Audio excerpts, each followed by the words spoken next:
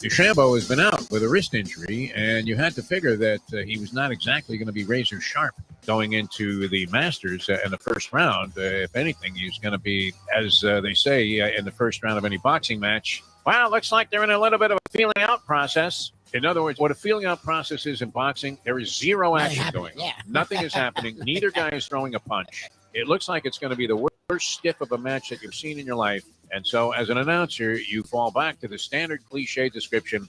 Well, this looks like a little bit of a feeling out process. In other words, you're a lying scumbag, Mr. Announcer. This is the worst fight that you've ever seen, which I had the pleasure of calling the worst fight in history. Yes. And it's documented with over 2.3 million views on YouTube. Isn't that amazing? The time. Wake up with Defo, joined by Lubie. Welcome to the Defo Show.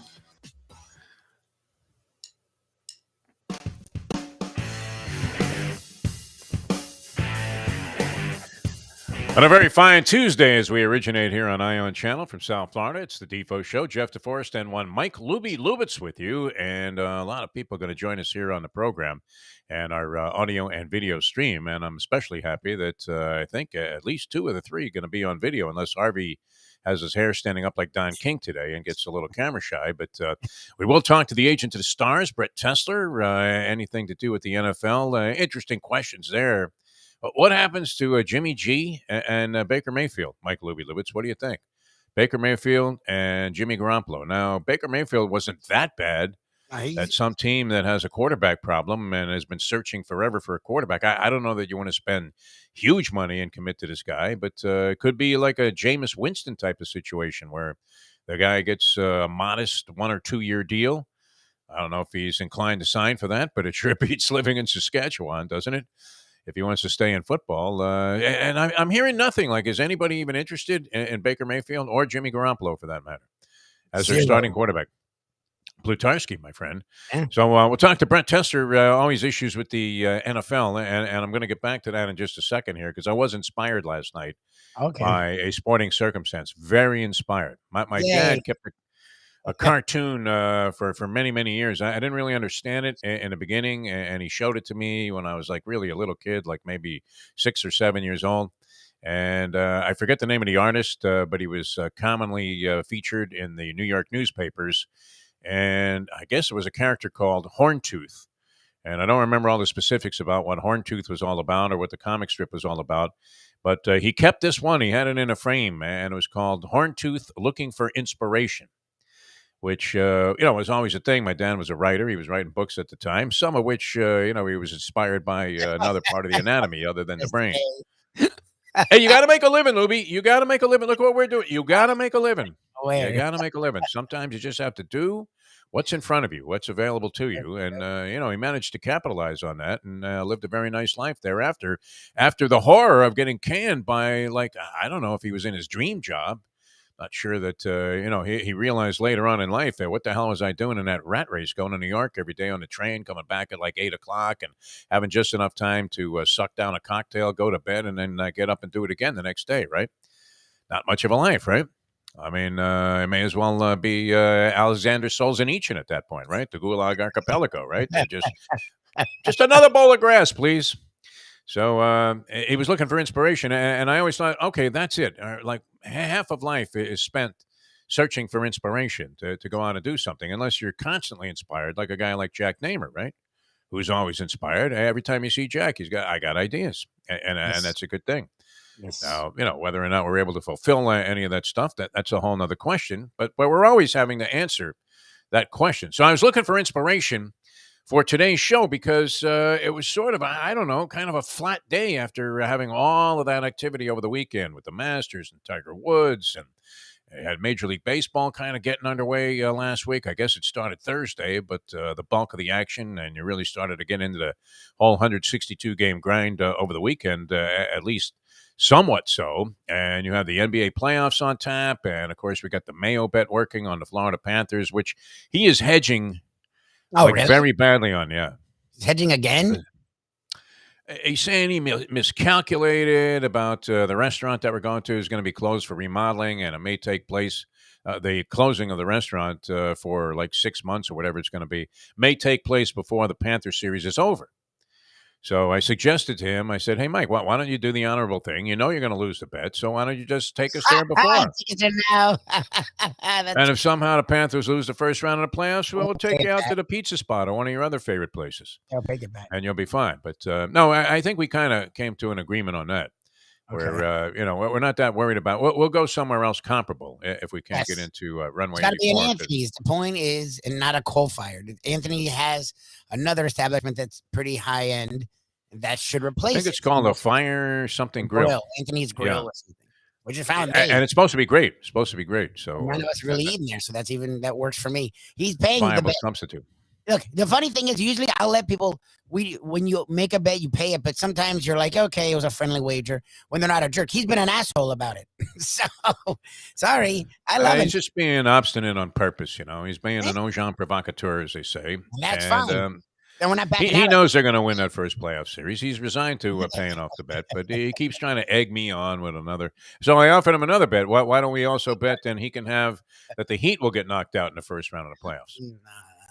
They're 5-2, by the way, to win the Eastern Conference, Lubie, and deadlocked at 5-2, I believe, with Milwaukee in the early odds to win the Eastern Conference. I don't know if they're early because let's face it.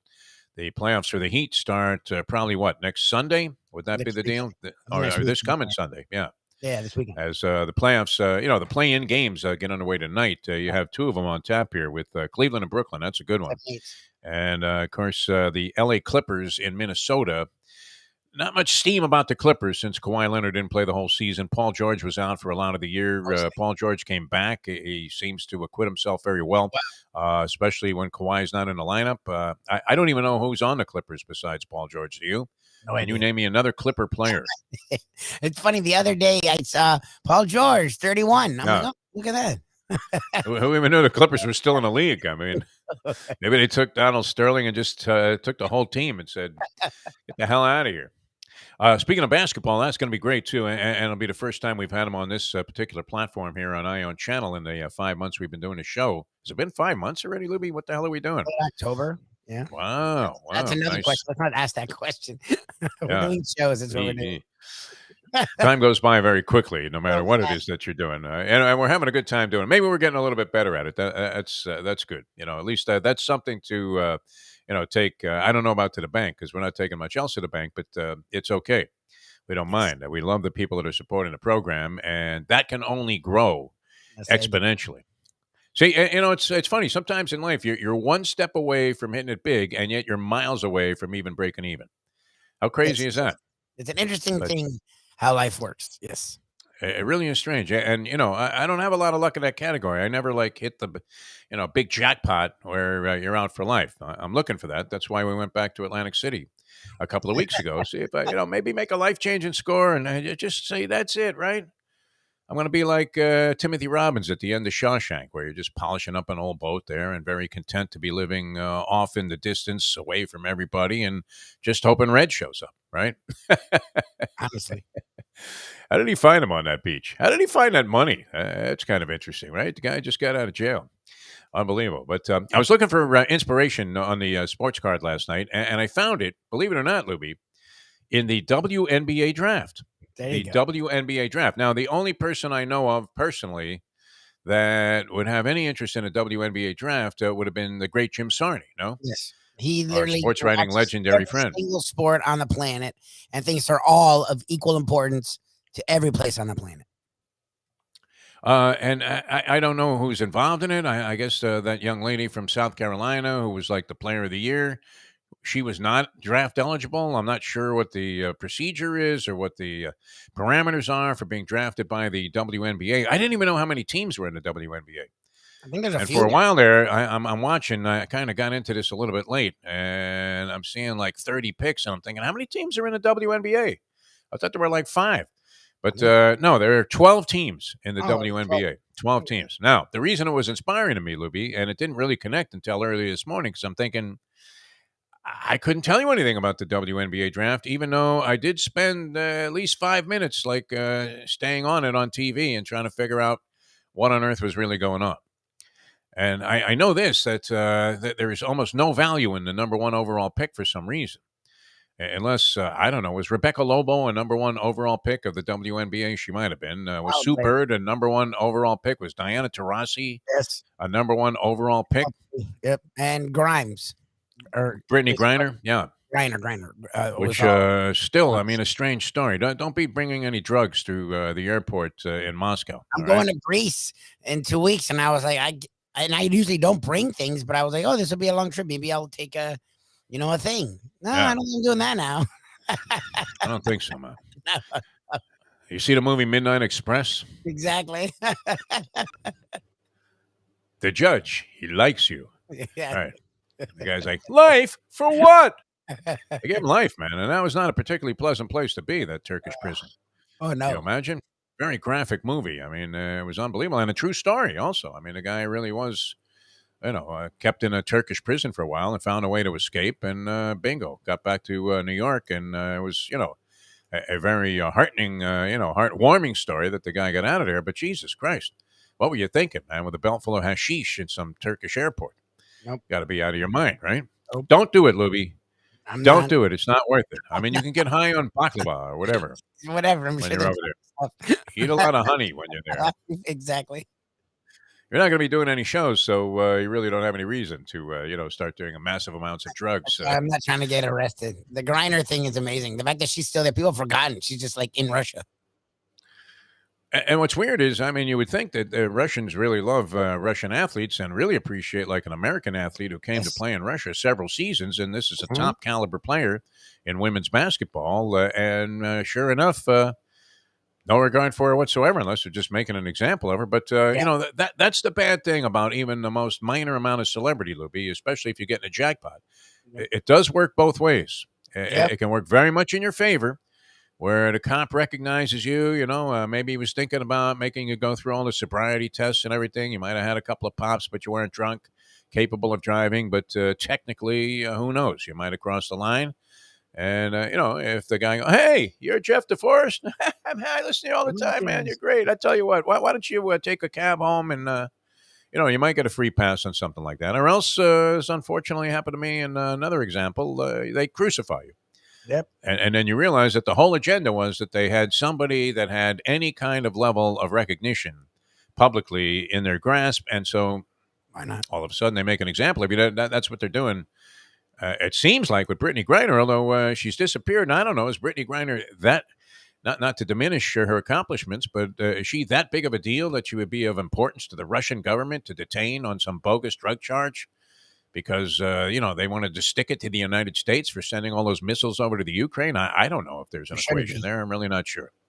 But anyway, the WNBA, inspiring. And for this reason, Lubie, you're thinking, what the hell is this guy talking about? He's crazy already. It's only Tuesday morning. I mean, was there that little on the sports calendar that he's trying to make something out of this? And the truth is, I got inspired because I was reading a few articles this morning about the various New York teams' positions on the upcoming NFL draft. Which is April 28th. Okay, so today's the 12th. So we're talking about 16 days from now. Yes, weeks. Never too soon in a city, an area that's consumed by football, where football is like the main thing. Like you're in Green Bay, Wisconsin. You don't think the talk shows there? I don't know. Milwaukee has a little bit of diversity when it comes to sports. Not much. Yeah. What do they have? They have the Bucks. Well, okay, they'll be talking all Bucks during the season, and they have Aaron Rodgers coming back to Green Bay. So you're thinking, the draft is a giant topic in sports talk. In maybe half of the NFL cities are consumed by it. Miami was always consumed by draft conversation.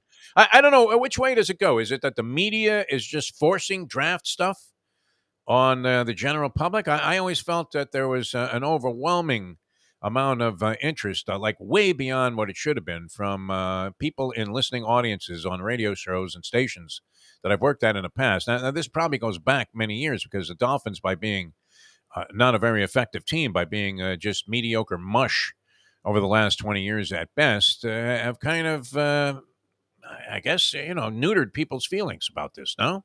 I mean, you're on Twitter there with all of these maniacs. So, I mean, is there an obsession with the draft like there used to be? No, I don't even. The Dolphins don't even have a first-round pick this year, do they? I mean, they're picking Dolphins fans don't give a shit, but New York fans, Giant and Jet fans, every day I'm seeing new mocks. I'm seeing them retweet. I'm seeing them tweet about the mock, talk about the mock, question the mock. I'm like, oh, we were usually there. This year we're taking it off. Yeah. Well, and for the last many seasons, because of the ineptitude of the front office and also the pathetic nature of the roster and the coaching decisions that were being made, we were, picking very high in the pecking order there in the NFL draft. So there's always going to be speculation if you have, a top 10 pick. Now, the New York Giants have the 5th and the 7th pick. Mike Yes. Lubitz, 5th and 7th pick. And I believe the Jets also have multiple first-round picks. Yes, I think So both of those teams have a possibility of finding some players. And the Giants have a completely new regime with this guy, Joe Shane, who has become the general manager. He was an assistant general manager in Buffalo. And, of course, Brian Daboll, who was a target, I guess, or at least under consideration by the Miami Dolphins for their job before they ended up with Mike McDaniel. Now, do you think the positioning would be by the team, of course, because all you get is BS from these teams before the draft. And Joe Shane is saying that he has no desire to trade the 5th and the 7th pick and trade down and get more players and more picks because he wants to be able to go to sleep at night knowing that he got himself, how about this one, Lubie? He got a good person and a good player. There you go. Emphasizing that he was looking for a good person first. I'm sure. That wins you games. Now, that's just a total pile of crap, is it not? He wouldn't care if this guy was a mass murderer. If he could sack the quarterback 27 times during the course of the year, that he would give his right arm, plus the number 1 pick, and whatever else he had to sacrifice it to get somebody who could make an impact for his team, and especially in his first year as a GM, make him look good because, what is part of a GM's reputation predicated on and formulated from? How did the guy do in the draft?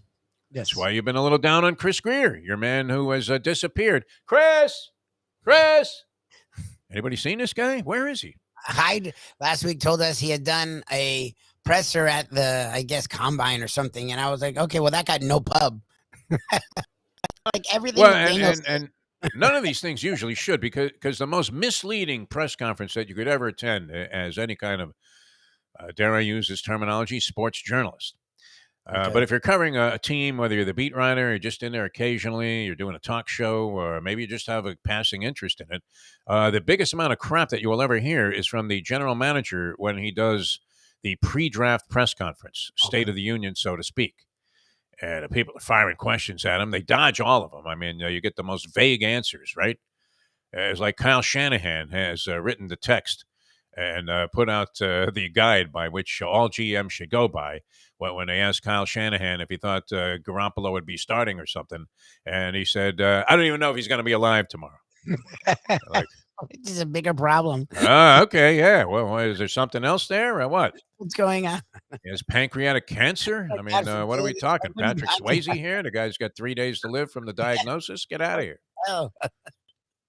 But the most vague and, I mean, you would have to say that the biggest amount of bullshit that you will ever hear as any kind of sports reporter or, and we are kind of liaisons to the fans, are we not, Lubie? I mean, we go out and cover this stuff. We have access to it. They can't let everybody in there. And part of your job is to relay the message of the team to the fans, whatever it is that they choose for it to be. I remember the Ireland one where everyone's like, oh, my God, they're going to draft Vernon Golston or Chris Long because he said defense. Offense and defense. And then they never considered anyone but Jake Long because Matt Ryan was going to want too much money. These reporters, unfortunately, and we were talking about like insiders like Adam Schefter yesterday, and, he had the tweet out there, which everybody deemed to be just radically and dramatically insensitive about Dwayne Haskins, which, wow, I mean, are we ever going to know the answer to what that guy was doing walking on 595, which is a highway here in South Florida that goes east and west? Very few ways to go east and west.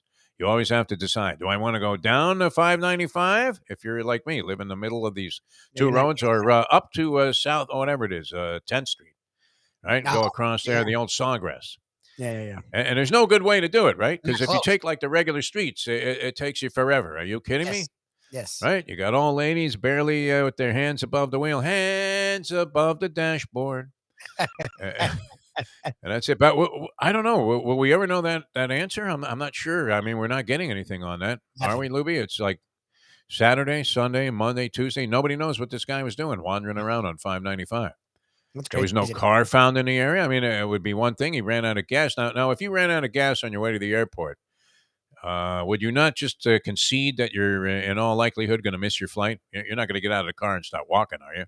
I don't know. I have AAA, so as long as I'm by a vehicle, they'll come and have them tow me to because it must be a rental. He's not from here, so I would have them tow me to the rental, and I'd make my flight, and I'd be fine. I don't know why he wouldn't have a AAA or a car service. He's an NFL player for the last 3 or 4 years.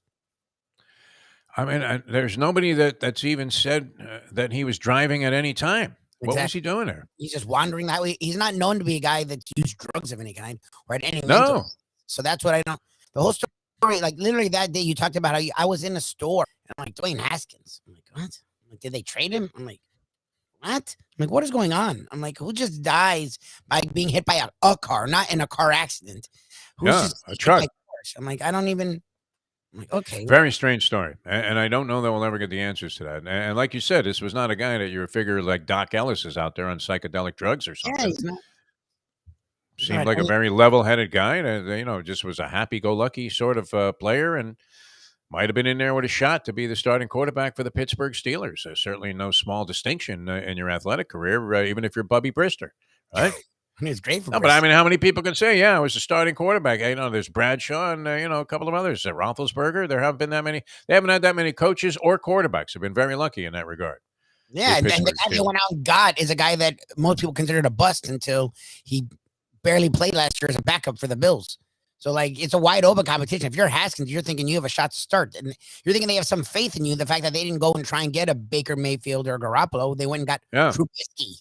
Like, if I'm Haskins, I'm like, oh, shit, I have a shot here. So, yeah, the whole thing is, and you're not wrong. Everyone's focused on Adam Schefter and Gil Brandt, which what they said was insensitive.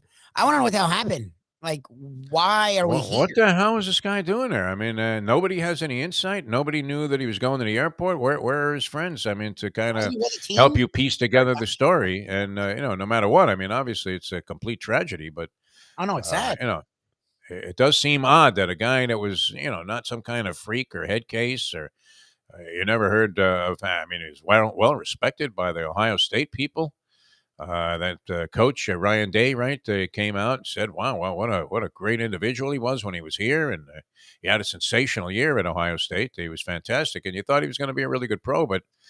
And you would like to see a guy like that, obviously, get a shot because you thought, well, maybe, what didn't go so well at the beginning. Look, we were all hoping yesterday, we had the beliefometer going with John Conjemi, and all of us had at least 8+ on the belief that Tua was going to find himself this year and be a very, very, not just serviceable game-managing quarterback, but an effective NFL quarterback.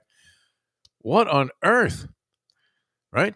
This medical marijuana has to be pretty strong if we pin the needle into the red on the beliefometer and Tua Tagovailoa. So belief is going to be a lot of the factor that figures into what people do in the NFL draft. Now, the reason I'm inspired by the WNBA draft and started thinking about the NFL draft, which I normally don't get into draft minutia too heavily because, look, we all know what happens. You can analyze this until you go to your grave. How much time was spent talking about Tiger Woods before the Masters? Yeah. I'm watching, I'm a fan of watching some of these, shows on like Golf Channel where they got 3 guys and they're all just, what can you say, right? Guy's going to go out there. He's going to hit a ball with a stick. We'll see what happens. All right. I know. Is it a great story? Yes. Is it worth 24 hours a day of analysis about, well, you know what? He had 2 eggs for breakfast today. And that's an indicator that on 15, he's going to go for it. Like, how do you know? I don't know. Guys playing golf. It's a game. It's a silly game. Right? It's fun if you're good at it. It sucks if you're not. Yes. I mean, you can always justify it by saying, well, you know what? I had a few drinks and a good time with my friends. No, it's a waste of time. Oh, sucks. If you're playing tennis and every ball goes over the fence, all right. Well, if you never played before and you're thinking, oh, it's a start. But in golf, if you suck at the beginning, you're always going to be bad. Nobody gets good at golf.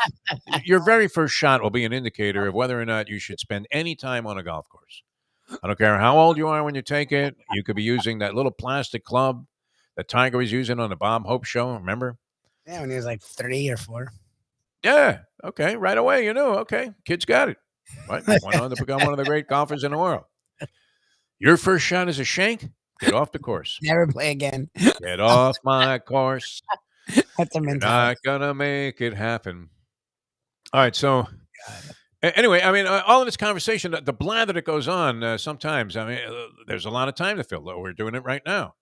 Okay, but we try not to delve into an overwhelming amount of analysis about things that ultimately you really know nothing about. Mm-hmm. That there's just it's all speculation. There's just idle, total speculation.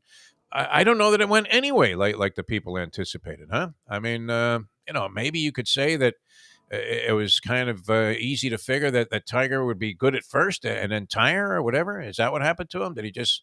You said he looked like he was coming up on the beach in some war movie, right?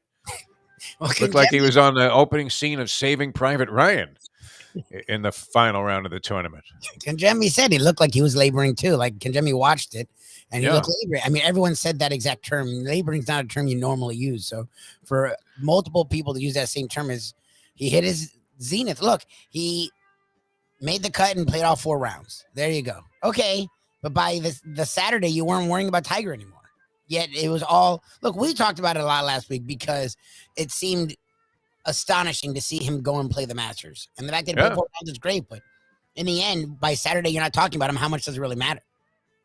Well, I mean, it was good. He got back in there. I mean, inspiring. Looking for inspiration. A guy looks like he's completely done in terms of what it was that made him famous as Tiger Woods. And they're thinking, all right, good. Go play like some par 3 courses, tool around your backyard there.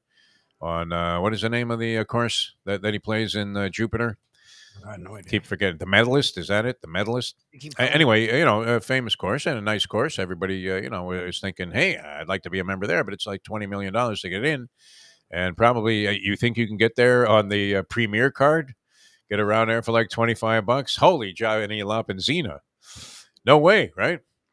But anyway, and just getting back to the draft here, because we have Brett Tesser, the agent to the stars, coming up, and we have a lot of questions for Brett. Always great with us on NFL insider sort of stuff, and has his finger on the pulse of what's going on, and it's going to be good exploring some of these things with him. But I want to go this year, Lubie, if we were ever going to cover a draft. Oh, Vegas, right? Oh my God, Viva Las Vegas! sucks. It's the weekend I'll be coming back from Greece. I would definitely consider it.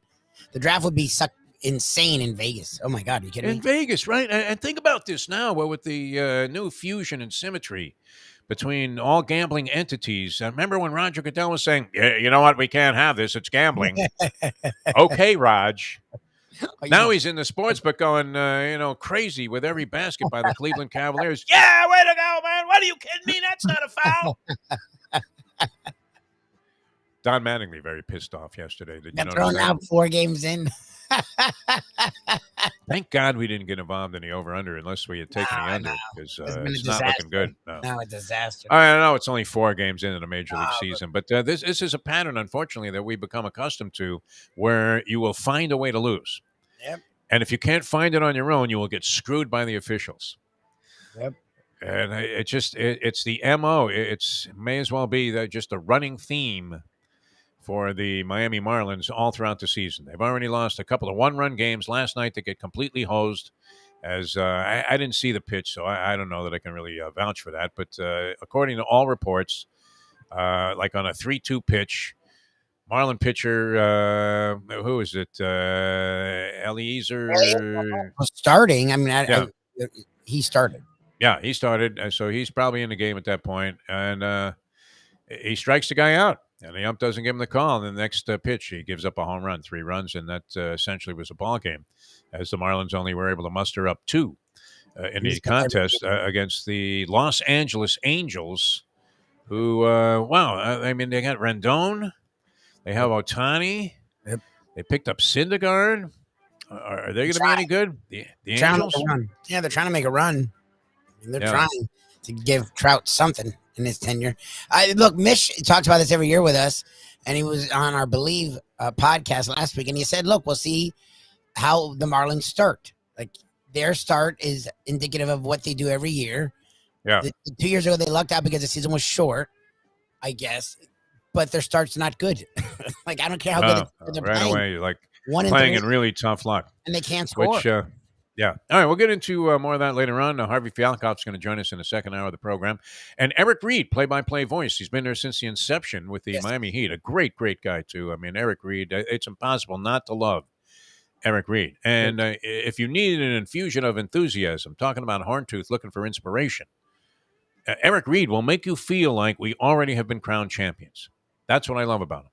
Now he'll temper the remarks with the usual precautionary type of stuff like, well, you never know, injuries, this, that, but and he's not like he's not unconvincing. I mean, you're going to walk away from this conversation thinking the Miami Heat have it all together. I love that, and they probably do. I mean, are they not being overlooked? You said they got dissed completely on the all NBA stuff, like completely dissed. Yes. So, and that's the kind of stuff that Heat culture is predicated on, is it not, Lubie? Right? Being ignored, being overlooked, being underrated, being just absolutely just spit upon by the rest of the league, huh? Where everybody else is celebrating the awards, right? And you're Will Smith. I'm going to smack that guy. That's how they go into the postseason. Eric Reed's going to join us later on. That's going to be fun. Agent of the Stars, Brett Tessler coming up. Hialeah Park, great place to go. El Boxeo, man, that's going to be May 7th, Lubie. May 7th. It's right around the corner. I can't believe it. I can't imagine it. It's already April 12th. Are you kidding me, Lubie? Where is this year going, 2022? Is it just because I'm getting older that the time is flying by? Flies by for me, too. It's freaking crazy that we're already, like, in 2022. It's, like, firmly here. You want to make the time go by in the most pleasant and entertaining of fashions, visit Hialeah Park. It's absolutely dynamite.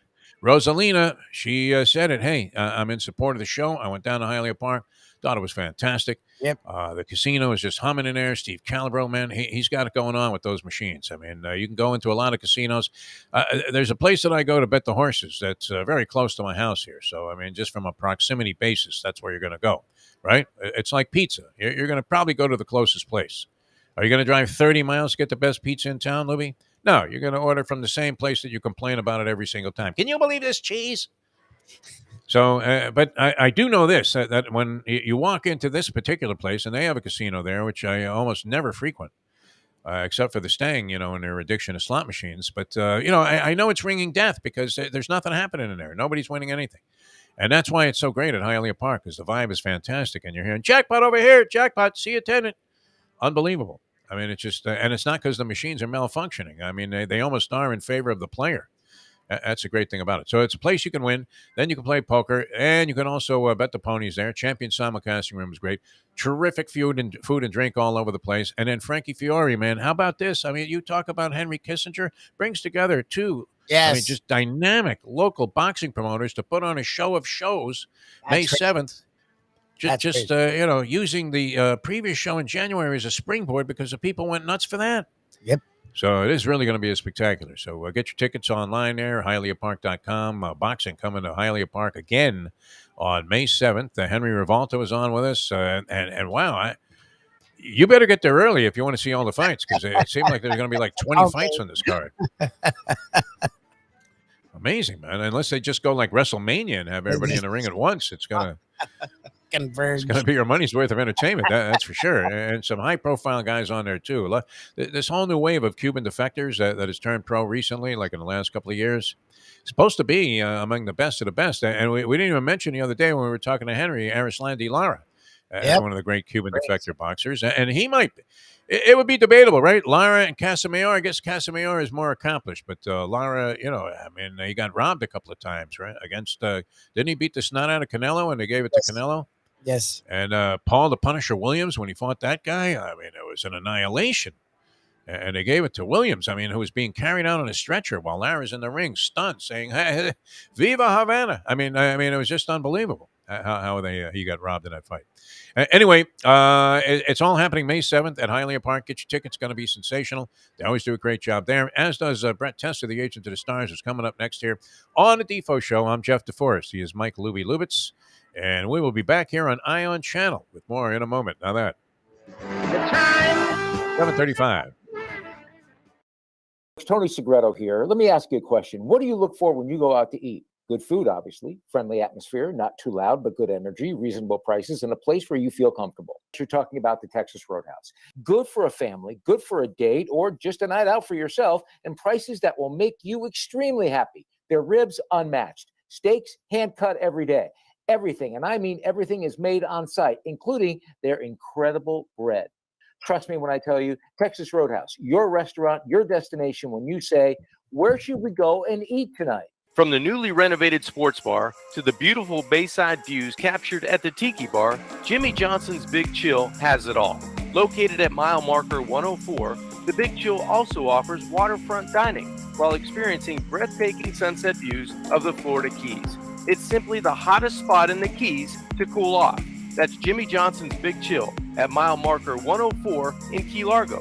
For more information, call today at 305-453-9066. Any time of year, things can happen to your home or business, and the insurance company can be your friend, but they also can be your enemy. Horizon Public Adjusters, Justina Testa, are here for you to help this process go so much easier. 7 to 10 times more money recovered with a public adjuster than if you went on your own. If there's no recovery, there's no fee. Before you call your insurance company, call Horizon Public Adjusters and Justina Testa at 954-809-8752. The simple pleasures of this job, the way a stadium sounds when one of my players performs well on the field, the way we are meant to protect them in health and in injury. Less work, more attention, caring for them, caring for ourselves in the games too. The agent to the stars, the one and only Brett Tesler.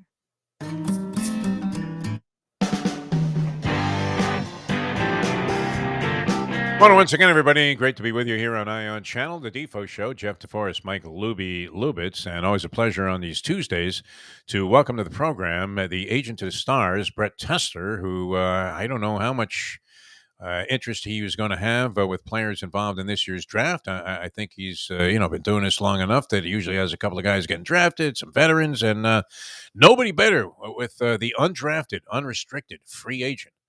And he kind of built a lot of his business and his career on this type of player. Raheem Mostert was among those, I guess. Cut 6-7 times. I mean, just does a dynamite job with guys that other people might have overlooked. The great Brett Tesler, the agent to the stars, joins us here on the show.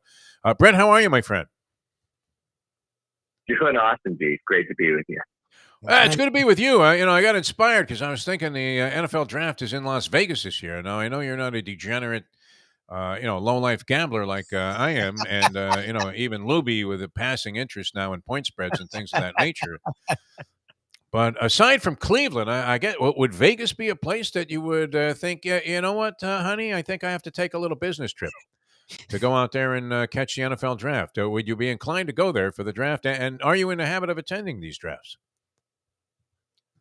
Well, as far as from a fan standpoint, obviously it's a great destination location, more than ample hotel space, more than ample conventions or space to hold such an event. But I myself could never attend a draft just because I'm way too busy in my office, on my phone, talking to teams.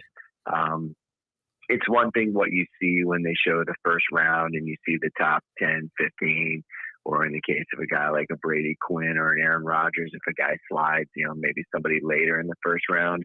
But the reality is that's not the way the real part of the draft works. Everything is done behind the scenes, and there's many conversations that are going on between teams and agents and, their clients. And so the draft itself is unfortunately the most stressful day of the year for me. So as fun as it is for fans and people like that, for me, it's anything but. All right, so we wouldn't see you by the pool at Caesars with a frozen cocktail in a glass that is the size of a space launch unit. Getting bombed out there and playing blackjack by the pool. Understandable. Now, will you have entries in this year's draft? And if so, how many? And tell us a little bit about your own personal experience, what it's going to be like this year. I do. And, I'm pretty happy with the group of guys I have. Got a nice handful of guys. I'd say the guy that maybe people down here would be most familiar with is Zach McLeod from University of Miami, who was their team captain, led them in sacks this year. A guy who's been there for a while, had a little bad luck earlier in his career with injuries and was kind of playing a little bit out of position. But now that he's been allowed to rush the passer, I think he's a guy that teams are very excited about. He's getting a ton of interest, had a phenomenal pro day, very fast guy, ran in the mid 4.6s, weighing close to 250 pounds, 35-inch arms, which is incredible length for a pass rusher.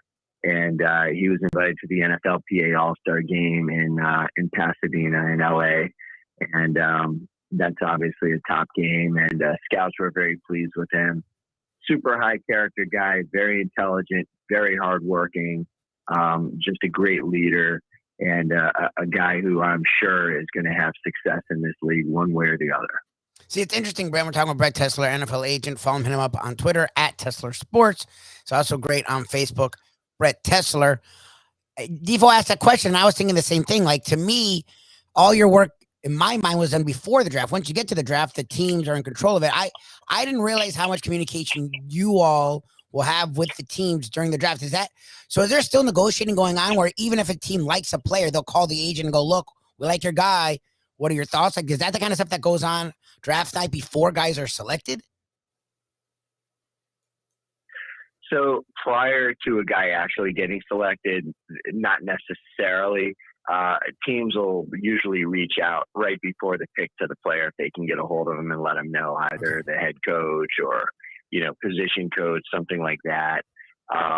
Sometimes it's like a game of poker where the team, if there's multiple players they're thinking of drafting at a certain spot, they might contact the agent to try to get an idea what the player and the agent expect to happen, to see if maybe they can try to wait. Like, as you start to get into some of those later rounds, it's not uncommon for one team to have 2, maybe even 3 of the next 7 picks. And so, it's just a matter of them trying to figure out what they have to do to get who where.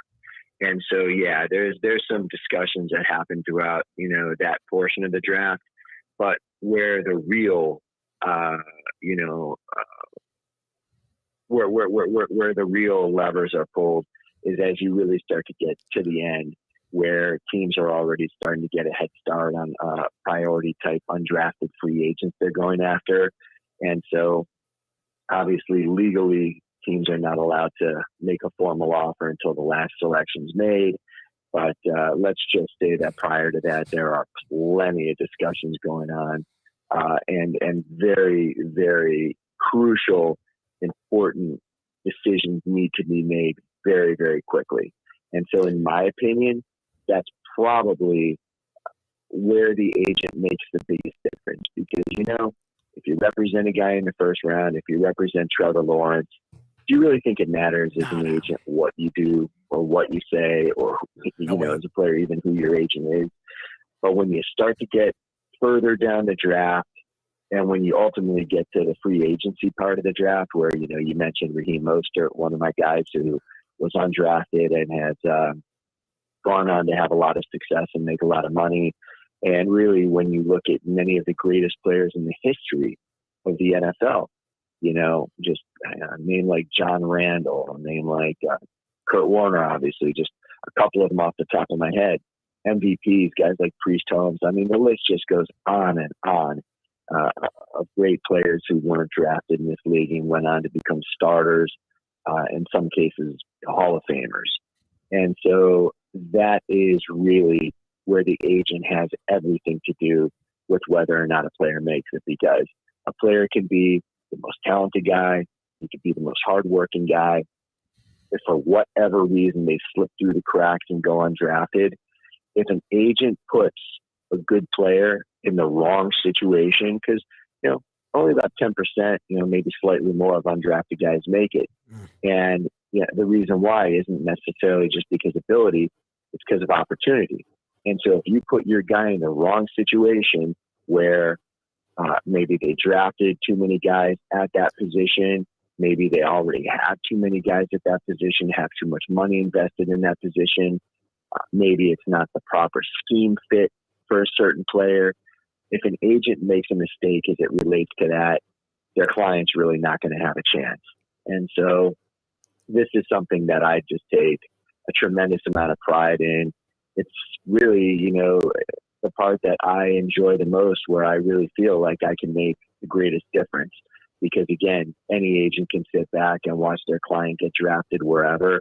But when it comes to this is like having to put together a very complex, complicated puzzle in a very fast amount of time. Because if a team calls to sign your guy and it's the perfect situation, and you as the agent hesitate, or you and your client are going back and forth trying to figure out what to do, the team can move right down the list and try to sign the next guy so they don't wind up with nothing. And then by the time you call them back and say, okay, we'll come there, they're like, sorry, too late. Jeez. And so, this is really the most stressful, exciting, and crucial part of the entire process. I'm like, what the fuck? Yeah, well, we always take the first offer, no matter how lame it is, yeah, or how horrible the situation. In our record, you had me convinced too, Brent. I mean, great job. I want to draft McLeod now. I was like, Number wow, one. that's I mean, that was a good selling job on that kid for sure. So we can see why you're so effective. Thanks, Steve. But if you were the general manager of a team, you would be very wise to select a guy like Zach McLeod, because again, there's the obvious guys who end up, in many cases getting taken at the top of the draft, that in 2 years they get flushed out of the league. And these are guys that, their entire life, everything's been handed to them. Things have come very easy. And maybe in some cases things are taken for granted, or maybe they don't really have the desire or the work ethic that some of these guys who, maybe have been a little bit overlooked or disrespected, or however you want to categorize it. I fully believe there's a reason why some of those guys become better than the guys drafted ahead of them that everything was handed to. And I am firmly convinced that had Tom Brady been a first-round pick, he never would have had as great of a career as he did by being drafted at the end of the draft, where that guy has a chip on his shoulder the size of, Manhattan. And really, still to this day, whenever you see Brady participate in any documentary or, anything talking about that whole draft process, to this day, you literally see tears of anger well up in his eyes. And it's that drive, and it's that just complete desperation and intensity and, just life and death type approach that's helped him become the GOAT. And I firmly believe that's the case with so many of these other guys who end up being overlooked. Brett Tester, the agent of the stars, are this here on the Defo Show on Ion Channel. Jeff Deforrest and Mike Lubitz. Very interesting, too, because I remember you telling me that, you get to the 7th round of the draft, and you might be better off if you were a player, and obviously in your position representing that player, if everybody passes on you, because then at least you can choose what might be or appear to be a more favorable situation. The other side of that, though, is that, teams are going to lean towards giving every opportunity. Like the coaching staff is making the notes. You always see this on the Hard Knocks. Hey, no, that guy really stinks. I know we drafted him number 2. And yet those players will get, just favorable treatment in terms of consideration, while, the other guys might have a tough time getting noticed. The point you make is very accurate. Teams do not like to discard draft picks. And if, as an undrafted player, you make it close or even slightly better in a competition with the guy who was drafted at your position, the job's going to him. Yeah. And it's understood. You know that. Your agent should explain it to you. And so what's the solution? Don't make it close. Blow them out of there. Make it so clear and so obvious that the team has no choice. And I will just tell you this, you talk about it being an advantage to being undrafted. If I'm your agent, it is. But, in other cases, if you have an agent who doesn't really know what they're doing with this process, hasn't properly prepared ahead of time for this process, you really could be dead in the water. And so another thing that a lot of people don't mention about the advantage of being undrafted is every single draft pick beyond the first round signs a 4-year deal. Even the first rounders do, but they have the fifth year option. I'm sorry. But every player drafted after the first round signs a 4-year deal. Every single undrafted player signs a 3-year deal. So say a 7th round pick gets $100,000 bonus, great. But in that 4th year, they're going to be playing for the league minimum of $1 million. Whereas the guy who had a 3-year deal, if he's become a good player, that 4th year, he's going to be getting a restricted tender of at least probably a minimum of $2.5 million. And so in the long run, financially, it is a far, far, far greater advantage to be undrafted unless you're taken in the top few rounds. It's kind of like when Joe Pesci in Raging Bull was telling De Niro as Jake LaMotta, when they were talking about throwing a fight, he says, well, if you win, you win. And if you lose, you still win. So that's a kind of situation there for these undrafted players, which you would think you would want to be taken in the 7th round, and have the distinction of being drafted, and you're thinking the team's going to maybe give you the benefit of the doubt over that guy that they just signed. Brett Tesser, the agent of the stars, with us here on the show. All right, I don't know. I mean, just to kind of get last thought here on the draft. It seems like a very uninspiring draft for some reason, because there's no marquee quarterback, and there are no players that we're kind of riveted to conversations about, and whether or not. Also, I guess here locally, you don't have a 1st round pick now after the Tyreek Hill trade. So I don't know. How would you assess, the overall talent pool? Is this a draft that's going to produce a lot of players that we're going to become familiar with because they went on to good careers in the NFL? I told you, Deep, I can tell you about every single player in this draft and exactly how things are going to work out for them in 2 years. Yeah. Exactly. Again, while this is a lot of fun for fans and media, and it's just, it's an exciting time of year because every team has hope and everybody's looking at the glass as half full as opposed to half empty. The reality is plenty of the guys taken at the top are going to just bust right out. And then, some of these guys taken late, some of these guys taken not at all. Undrafted free agents, again, are going to become some of the best players in the league. So while it's fun to talk about, read about, all that stuff, you never know how good a draft is or isn't. There's so many years where they talked about all these great quarterbacks and, 5 years later, none of them are in the league. And then there's other years where, you'll see a guy get taken in the mid rounds, like a Russell Wilson, who becomes a bona fide franchise quarterback. So, you just have to let the chips fall where they may and let the dust settle, so to speak. And, once these guys show up for their rookie mini camps and then ultimately throughout their regular training camp and preseason, that's when the coaches, fans, and everybody start to get a pretty accurate idea of what to expect from some of these guys. So, Pickett is a quarterback you hear people talking about, but it's just, again, it's one of those deals where you never really know. You take a guy like Jordan Love a few years ago, everyone was so excited about him. Green Bay traded up to, and fractured the relationship with their greatest player in franchise history to get this guy. And, we all know how that situation is looking right now. So everybody just kind of needs to sit back, enjoy, see what happens, see what positions your favorite teams address in the draft. And then again, over the next coming months, that's when people will start to get an idea. And ultimately, in a year or two, when you can really look back, that's when you see how well a team did. All right. One last quick thing, if you don't mind, if you have time. We were talking about the general manager's pre-draft State of the Union address.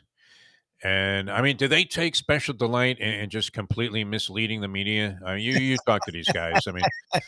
You ever have a conversation with, one of let's say Jeff Ireland, after he completely befuddled the media with a bunch of just absolute, misleading information as he answered questions in as vague a fashion as possible. Did those guys actually delight in buffaloing the media into thinking that they got something out of these press conferences? I would hope at this point the media is smart enough to know what the answers are going to be before they even ask them. And, this is just part of the process. Nobody's showing their hand right now.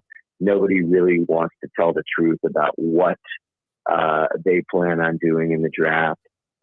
Again, it's like a big game of poker, and you will have front office people leaking information that there's a player they absolutely love that they have no interest or need in drafting.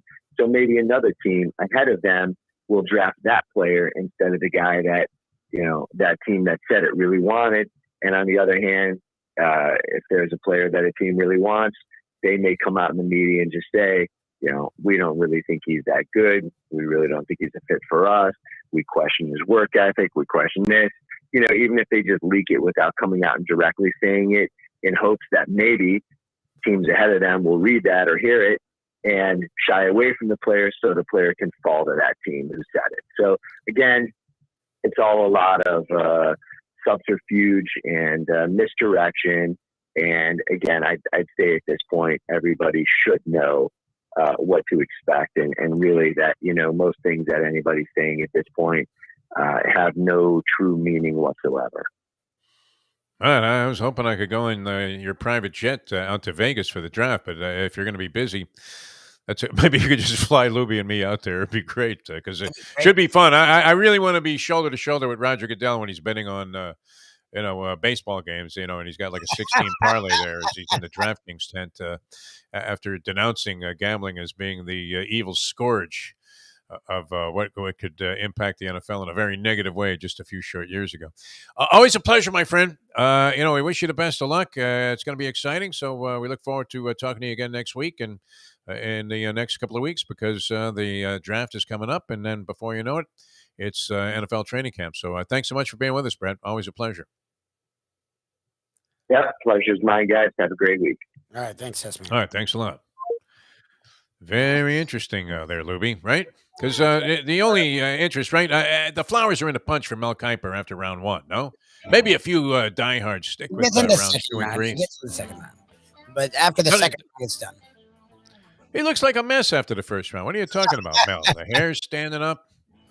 Well, remember, the first round stands on its own now. So, they'll do the first round by itself, and then the next day, I think they do 2 and 3, and then they do 4, 5, 6, 7.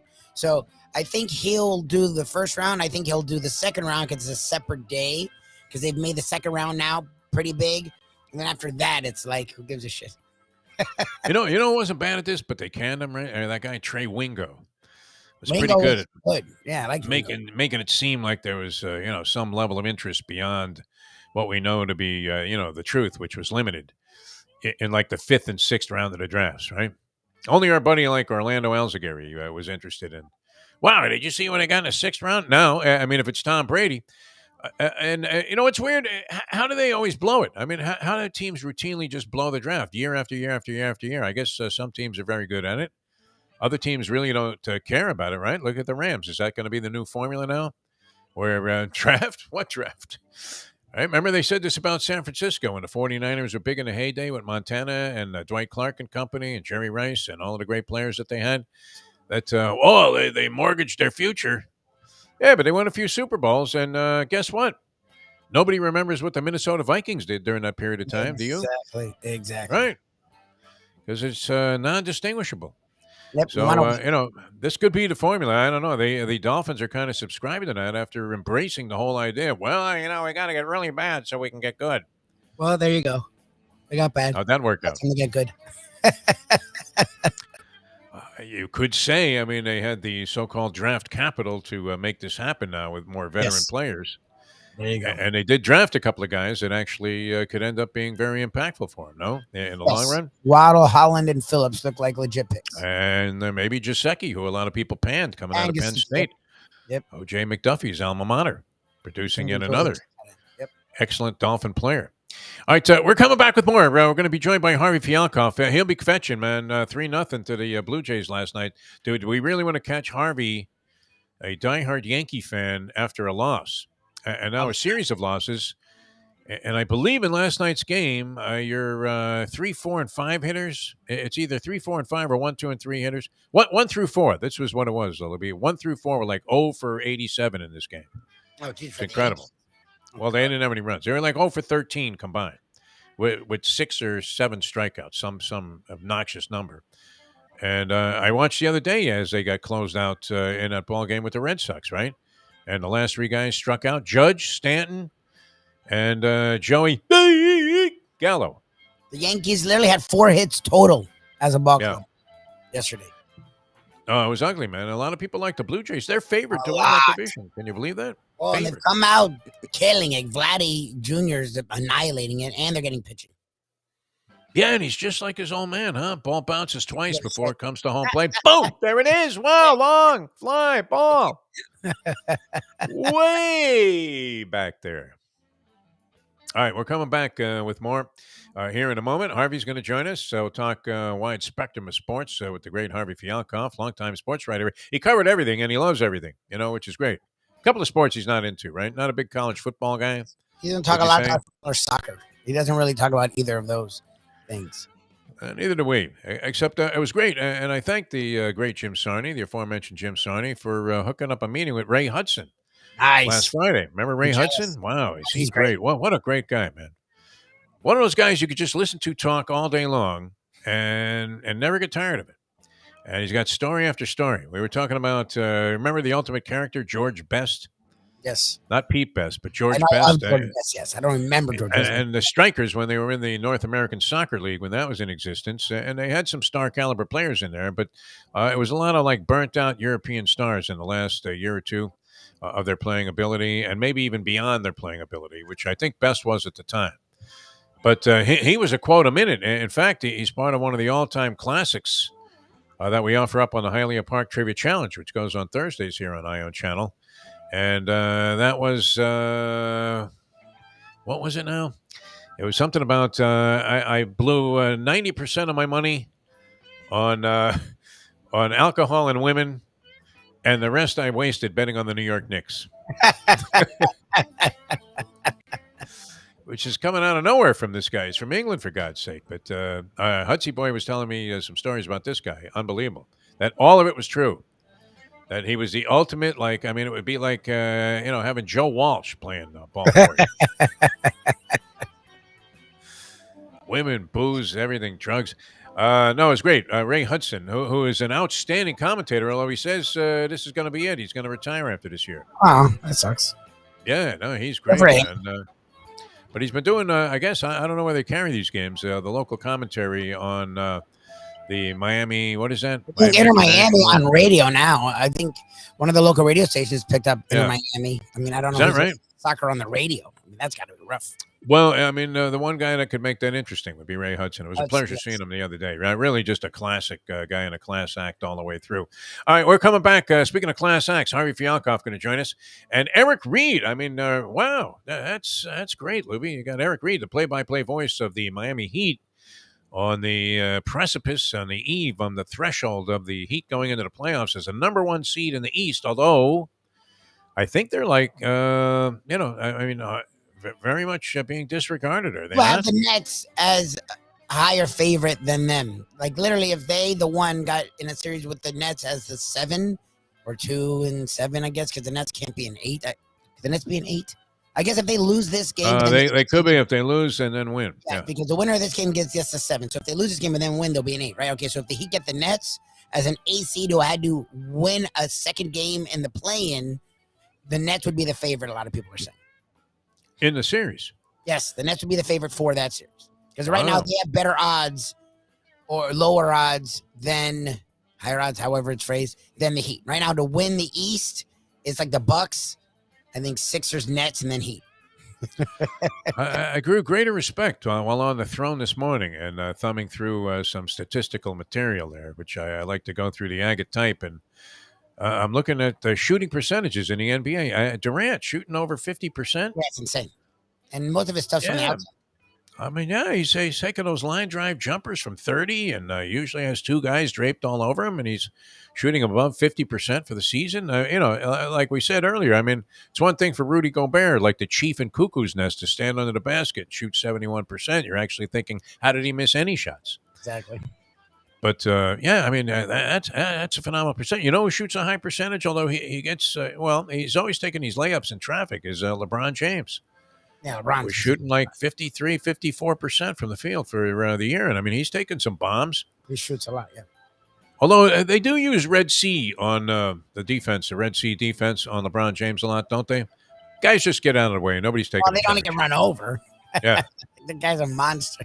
First of all, they know they're not going to get the call because, I mean, Yeah. Adam Silver would be on the phone immediately. Hey, Donaghy. Right? Don't foul this guy out, whatever you do. How much of the fix is really in, Louis? We shouldn't even bother to explore these kind of things. All right, coming back with more here. Harvey Fialkov going to join us then. Eric Reed, play-by-play voice of the Heat. So we'll get the scoop, the skinny, on how the Heat are feeling and looking going into the postseason that they will await. I guess they get started on Sunday. And these play-in games take place tomorrow and Wednesday night. And then what? They have to come back again and play another game, right? Yeah, so that would be like Thursday and Friday. I guess. That's crazy, this playing thing. Right? Yeah, because there would have to be like a second series of games, would there not? Because the winner, of the, 9 versus 10 plays the loser of the 7 versus 8. So then what happens? That's it? That decides it? I guess they're icy games Tuesday, Wednesday, and then Saturday. Oh, okay. All right. I don't know how that works. All right, so that's it. So these games will decide it.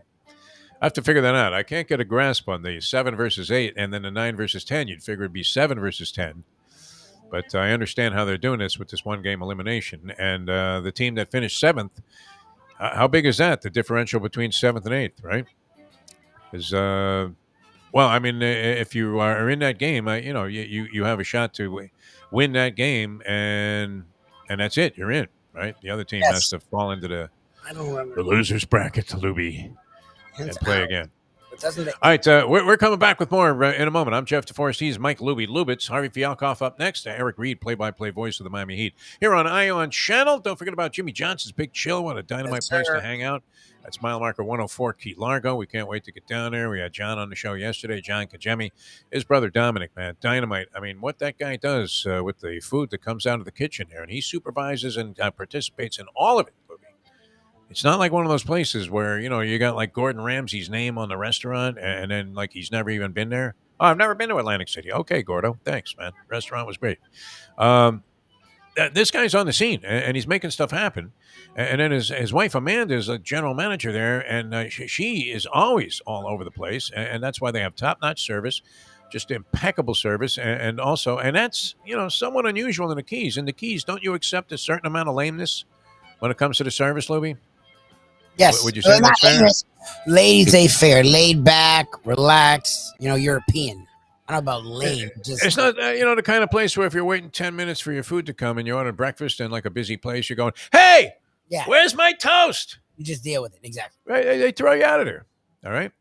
But you don't have to worry about that kind of thing because you're going to get impeccable service there at Jimmy Johnson's Big Chill. And, of course, the grounds are beautiful. You see them in those beautiful video shots that Amy put up for us during the breaks. And, wow, it is every bit as beautiful and even more so than as seen on TV, as they say. So you're going to love it. Great accommodations, too. JimmyJohnson'sBigChill.com is the place to go to make those arrangements very, very, very spiffy. I mean, it's really, really great. And then you have the other side of it, total casual, relaxing atmosphere by the pool, by the bay, and, doing some dining and water sports, whatever you want to do, engage in, at Jimmy Johnson's Big Chill, mile marker 104 on the Overseas Highway in Key Largo. All right, we're coming back with more in a moment. Harvey's going to line up next. Is he doing a little video here, Lubie? What do you think? Can we see this guy today? It should. I mean, it'd probably be closer to 8:20, but from what I know, yep. All right, very good. All right, coming back with that in a moment. Now that. The time. It's 8:09. Poker is your game. You're covered in style. And you can play all your favorite Vegas-style games, including blackjack, craps, and roulette, in Hialeah Park's sizzling hot casino. Get a player's card when you walk through the door for all kinds of generous amenities, including our favorite, free play, when you come out to the ultimate casino and entertainment destination, Hialeah Park.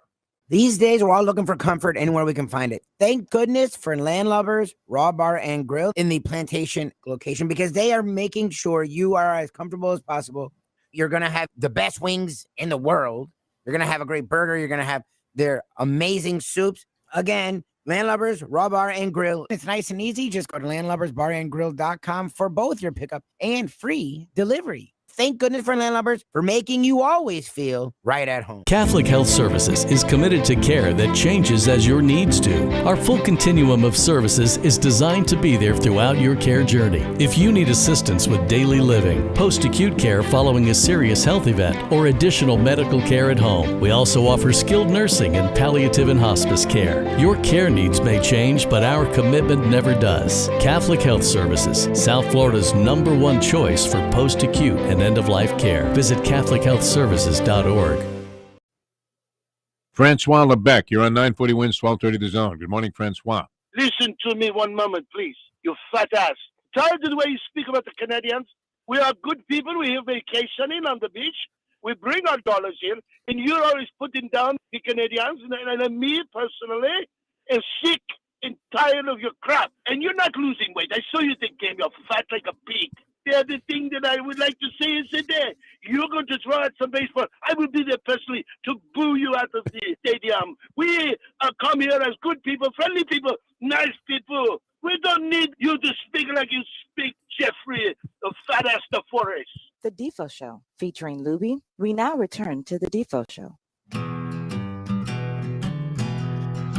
And once again, we thank Jack Namer for forwarding us the fan mail that we're receiving here at Ion Channel as we bring you the Defo Show Monday through Friday, 7 to 9 on the Eastern time zone.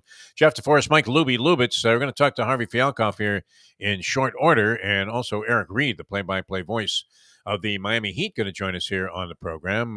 Did get a reminder from one of our people in the audience, Alfred, on the chat line, which you're free to participate in at any time. And, I mean, I'm going to have to make a day of it, huh? May 7th? One long day. It sounds like we should just be there. Kentucky Derby in the champion simulcasting room, and then you slip right downstairs, my two favorite sports, right? Racing, boxing, all in the same day, all at beautiful Hialeah Park. Wow, you parlay that. That is a winning parlay, is it not? Even if you lost on the Derby, you come downstairs, you see like a dynamite, electrifying card of exciting fights with all of these great young Cuban stars that are going to be probably making title shots and arrangements to win championships very, very soon. Using this platform again as another stepping stone in what figures to be at least a couple of brilliant careers that are going to come off this card at Hialeah Park. So you get to catch both on May 7th, the Derby. I didn't realize that, right? And by calculations, that would have to be the first Saturday in May. No? Yep, that's the first actual weekend in May. You think they did that on purpose, Frankie and the boys down there? It's a nice move. Nice parlay. Yeah, that's great. Thank you, Alfred, for making that note here on our chat line.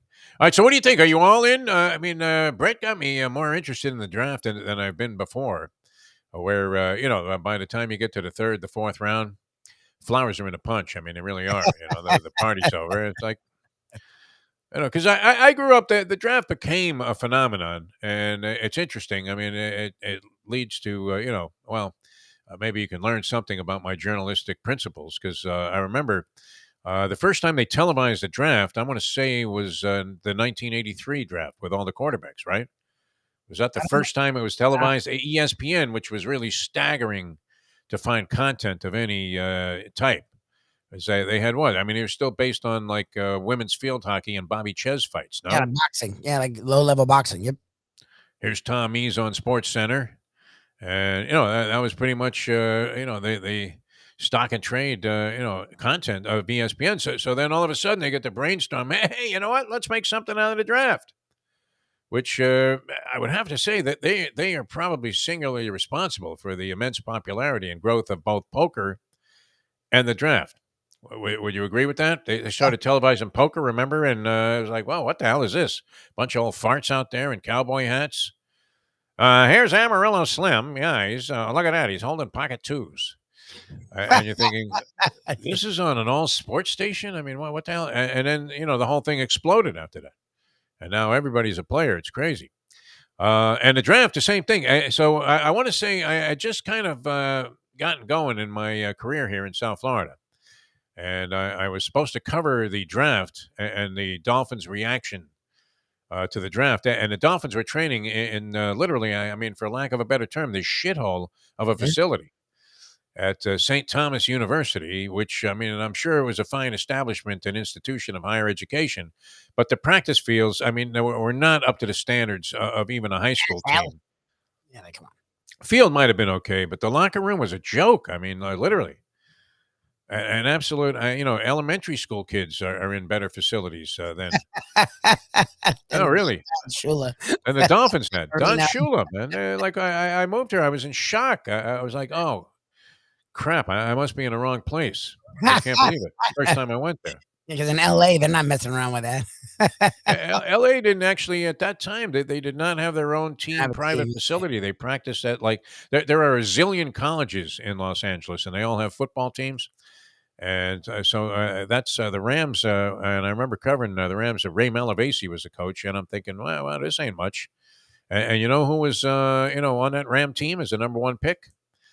Bob Brzezinski went on to being a restaurateur here in South Florida after a nice career with the Miami Dolphins. So it was not particularly pleased for some reason to be in the city of Los Angeles. He was kind of a quiet, reserved guy, which he still is, but he's a little more outgoing than he probably was as that rookie player. But anyway, I come here, I'm in shock. I mean, because the locker room is a joke at St. Thomas, or was. I mean, now the Dolphins have their second new facility already, right? Yeah. In a short period of time, which there was nothing wrong with the last one. It seemed fine to me. The one in Davie, they don't practice there anymore, do they? No, Davie was great. It just wasn't by the stadium. They wanted it to be one uniform entity. So they wanted everything to be housed at Hard Rock as they own it. They have it sponsored. It's their hub. So they built a facility there. So I think this year is the first year they're at Hard Rock. Well, and I tell you what, this Stephen Ross, he doesn't mess around when it comes to developing, huh? He put the tennis facility up. And the overhead, I saw an overhead on the news of the Grand Prix racetrack, which is going to be. Yeah, big deal. And it's got the hairpin turn and everything. I mean, just sitting there on the side of what was, I mean, I think the guy used to, I don't know if you remember this food truck that they had in that area, because at one time I didn't live far away, and obviously I spent a lot of my time at Calder Racecourse. And they had a guy called the Conch Man that had one of the, I mean, this was a food truck before food trucks were food trucks, right? They were still running jitney buses on University Drive. And he was great, but that's all that was out there then. I mean, and this guy, all of a sudden, he's got a tennis center and a Grand Prix racetrack. In addition, now what's that stadium worth to Stephen Ross? Because that's like privately owned, isn't it? I mean, Joe Robbie put up the capital, and then it's just followed the succession of Dolphin owners. Wow, that's got to be. I mean, this guy knows how to make money, doesn't he? He's great at that. He's just not great at running a sports franchise. Yeah. Well, when you notice the conversation that's kind of been buried of late is, did he really want to pay this guy to lose games? Well, Flores bubbled up something last week. Something bubbled up with Flores. Like Flores, yes, two more coaches joined his lawsuit. Yes, and are asserting that Malarkey, who got the job, openly admitted, they told me I got the job before they were done interviewing. Like the Malarkey thing is the one that could really screw the NFL, because he's a white guy, and that's what people have waited for, a white guy to get involved. And he said, "Oh yeah, they told me before they were done interviewing that I had the job." And then I ended up being the coach. Like, if he can prove that in any way, like the NFL, you know what the NFL lawyers are going to say. Yeah, they'll say it's bullshit. He won't have proof. You're full of malarkey. Yeah, exactly. Exactly. Full of malarkey. Got it. It's like you're going to base your case on this malarkey, and the jury's going to say, yeah, you know what? I don't think there's any merit to it whatsoever. All right, Harvey Fialkov, is he? There he is. Yo. Is that baseball itch that you've got? What's going on, Harvey? How are you? You look beautiful today, my friend. Oh, stop. I slept in a little bit today, boys. Sorry. All right, good to have you on. Why? Because you were distraught over last night's Yankee loss? Yes. They left like 16 men on base. Even Joey Gallo got 2 hits. I can't believe it. But no, they just couldn't hit in the clutch last night. Pitcher had their number. Where they had 2. I think they had 2 hits until the 9th inning. They ended up with 4. They should have swept Boston. They had also left a lot of men on base in the Sunday night game. They lost 4-3. Just not loving some of the players. Hicks and Gallo are my the guys I'm down on this year. I mean, Gary Sanchez hits a grand slam for the Twins, and all these dumb Yankee fans want him back, But I don't want him back. I'm good riddance. We have a catcher who could actually catch the ball, Higgy, and this guy Trevino. Stanton's looked well early this season. Pitching's been spotty. Cole had a horrible first start. First two batters, it was 3-0 against the Red Sox. But they won 2 out of 3, so that was a good start.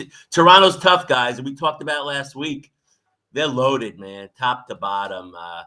All these sons of former players are amazing. Bichette, great shortstop, and Guerrero, you know what he could do. They're just 1-9. I mean, what a lineup. And, of course, Springer, the cheating Astro, he killed us again last night with a home run and like 4 hits, I think, Georgie Springer, who has, I think he has the most home runs of anyone in history in postseason. So, but he was a cheater, of course, stole this. Now they can't steal the signals anymore. They got the electronic signals. Have you guys talked about that? Oh, they'll find a way to intercept that. What are you kidding me? You don't think Alex Cora has already decoded this somehow? I mean, if Vinny Viola could get stock prices before everybody else, you don't think they'll Boston Red Sox will find a way to decode this fix? I mean, there's no question about it.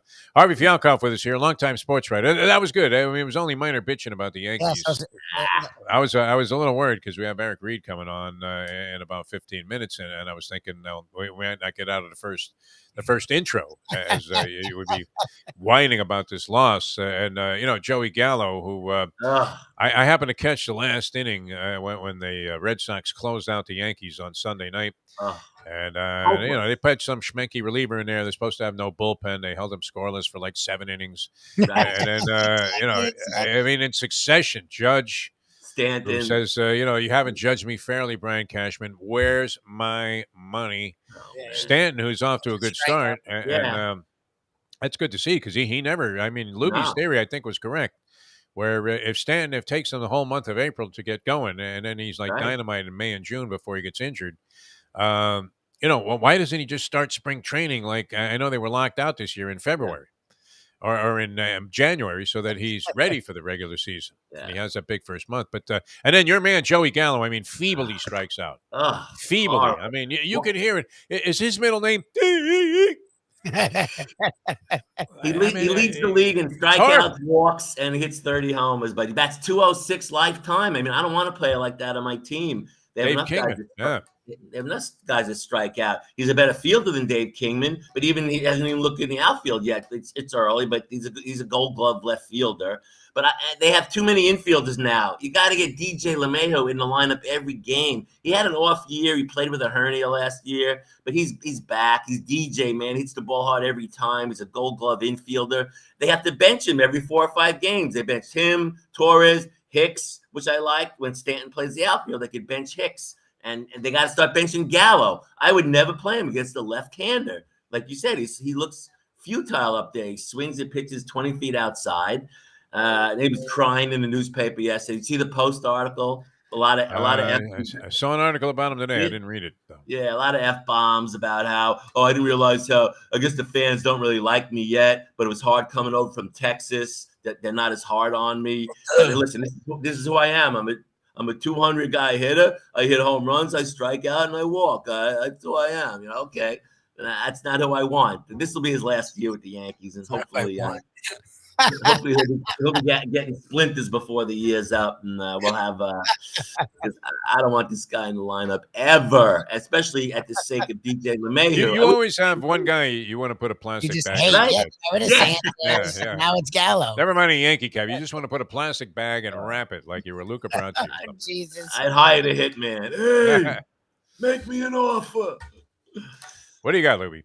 No, he brought up the Blue Jays. I was just gonna talk to him about the Blue Jays in the sense that every year they try to spend with the Yankees and Red Sox, but they can never keep up with it. This year, there's a lot of hype around them, and at least for the first week, it feels like that hype's real. No, they're loaded. 1-9. They got it all, man. They don't have it easy out in that lineup. A lot of Spanish guys whose names nobody can pronounce, but they can hit the ball, man. They can hit the rock. It's going to be a great year. Everyone's picking the Blue Jays. Everybody, and rightly so. Listen, they won 90 games last year. Didn't make the playoffs. Remember, it was three teams in that division made the playoffs, and the Toronto kind of was a odd man out. But this year, 4 teams in that playoffs can make the playoffs this year because they expanded it. So that'd be amazing if 4 teams from the same division made the playoffs. It can't happen this season. All right, the Miami Heat, number 1 seed. I saw where they were 5-2 co-favorites with, I believe it's the Bucks, to come out of the East as the Eastern Conference champion. Seems like a very realistic possibility. Yeah. And, I guess I don't know if this is even significant because the guy will probably be back by the time they play their first playoff game. But Bam Adebayo ends up in health protocols there, which I guess he's got a little snifter of COVID. I don't know. I mean, we don't know. There's no actual description of what it was that's affecting him. But I'm thinking he comes back. The Heat also live and by this thing that they're always overlooked and whatever, and it couldn't be more appropriate going into the playoffs if they were looking for this kind of negative motivation, chip on their shoulder type of stuff.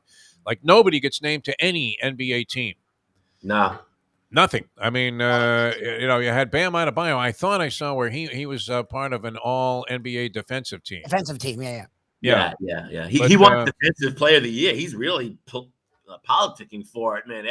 I was writing like 3 articles about it. I never heard of the guy push his own button like he's been pushing it because he guards anybody from 1 to 5. Bam takes them on, and he's really proud of it. But he doesn't really block a lot of shots like some of the big boys do. Like Gobert does. So I don't know if he's going to get it, but he's really been talking about it. But listen, you're right. No respect, and that's what the Heat love. Hey, I get no respect. Hey. Yeah. Tough room. But listen, the Nets did them a favor. They got hot at the end of the season, so that it looks like they're not going to play the Nets on the play-in games. It's very unlikely. So it looks like it could be Charlotte. And they're probably going to play Philadelphia or Milwaukee in the second round. So it's not going to be easy, but they're rested. They're healthy. Spo did some load management down the stretch, learned from Pop, one of his heroes, Popovich. And they are ready. They're in great form. I mean, Strus is taking Duncan Robinson's job. I thought that was very embarrassing. In the last game of the year, Duncan Robinson was the only starter that Spo started. I mean, he didn't start the last 3 weeks of the season because of Strus, but still, it's kind of embarrassing. It's 4 guys you never heard of it, and Duncan Robinson was in the starting lineup in that loss to Orlando, which Spo just tanked. I mean, it was just a tank job. Imagine the gamblers they loaded up on the Magic that game. But they're looking good. I mean, all sign they're number 1 in the Eastern Conference, and we got the Panthers number 1 in the whole hockey league. I think they're ahead of the Avs for the President's Trophy. Back, I think. Right? I mean, they've been on fire. I mean, they've won like 7 in a row or something like that. Right. So when has this ever happened before? I don't think in their history, since they've all been together, we've never had the number 1 seeds like that in the entire conference and almost the entire league. Right, Lube? So it's amazing. People got to talk about this. We got the Panthers and the Heat, man. And listen, Mike Mayo, I know he still believes they could lose in the first round, and they can. It may be Boston or Washington. He doesn't really believe that. He's just being a jerk. Come on, you know that. Yeah, I mean, I don't know what happened to him. Wasn't Mayo more of a happy-go-lucky guy when he was? Oh, he was always a cynical curmudgeon. Yeah. So this is typical.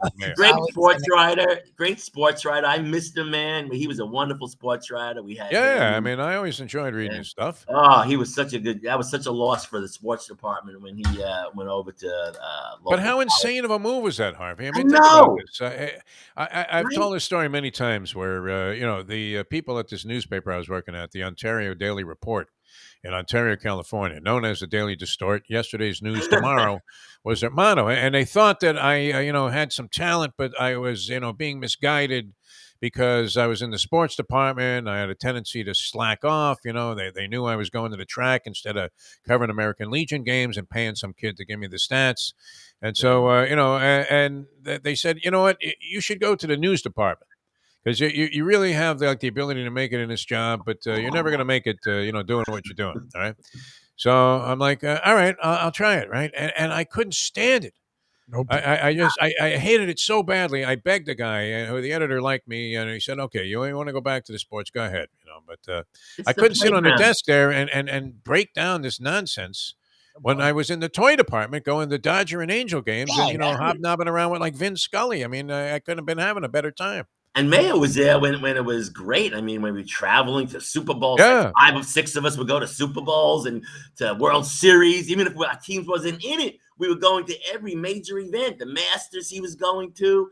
He went like 12 years in a row eating pimento and cheese sandwiches. They're in Free hotel perks. I mean, this is when it was really wonderful. Now they don't travel as much. Nobody's traveling with the Panthers this year. Not one newspaper in our area traveled with the Panthers, and they were the best team in hockey, which is so embarrassing. And half of the papers, the Palm Beach Post and mostly the Sentinel, they don't even cover home games. It's Associated Press, blah blah blah.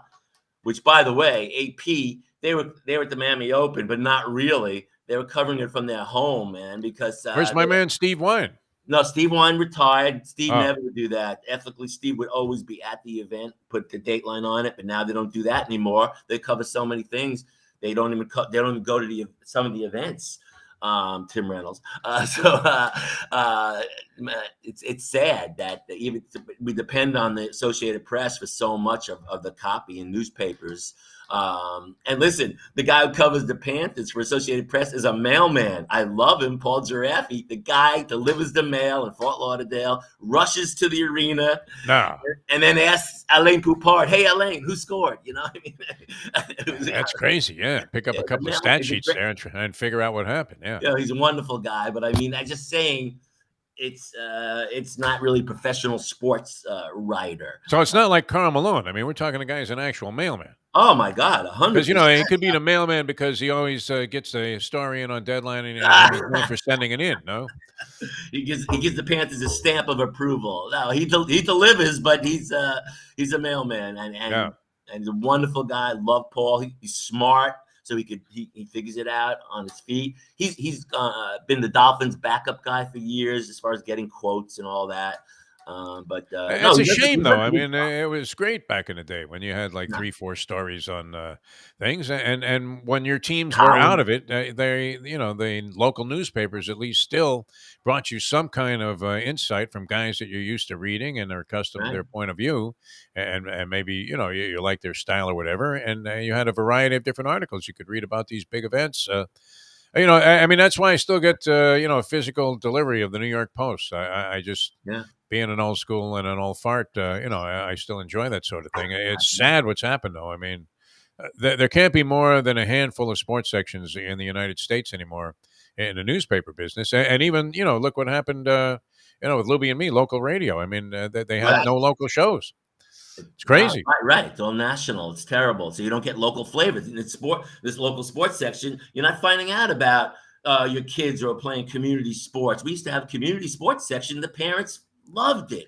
I mean, when they get their kid's photo in the paper, we call it Pee Wee hockey we covered. That was a pain in the ass, though. When I first started out, I was at such a small paper, the Fontana Herald News, where that was the gist of the sports section. And guys would literally bring in like a photo of their little kid with a bunch of fish, like perch that they had caught in a lake. And we would have to publish this stuff. Right. And it was like, please, this wasn't what my intent was when I went to Syracuse University, to end up, asking, how do you spell little Johnny Jones? You got to start somewhere. I started in Boston, Medford Times, and Lincoln Sudbury Times, and the Newton Needham Times. I mean, it was I started with small papers in Boston, and then it was the Middlesex News, and then I came here and took my way on with the Hollywood Sun Tatler. I put them out of their misery. They expired many years ago. That was a weird looking paper, Harvey. I mean, it was like it was whoever did the printing for that paper. They also, I think, wrote a lot of ransom notes because that's what it looked like.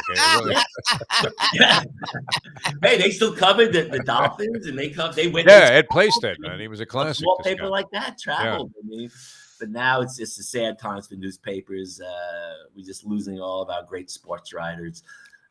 Did you watch Tiger Woods? I watched Thursday and Friday only because Tiger Woods was on. What'd you think? The whole cast was about. Did you think he was going to do it? Or did you think he was going to carry it all the way through? It was a great story. The first 2 rounds, he still had a shot. And then he started to walk like Chester from Gunsmoke, and you knew it was over. Mr. Dillon. Only Jeff and I get that reference. Sorry. I get the reference. Lubie, you kidding? I don't know the show well, but I know Gunsmoke. Yeah. That's a show. No, but it was. I love the way they played it up, even during the week. I thought Dennis Weaver really did have a limp. That's how convincing he was.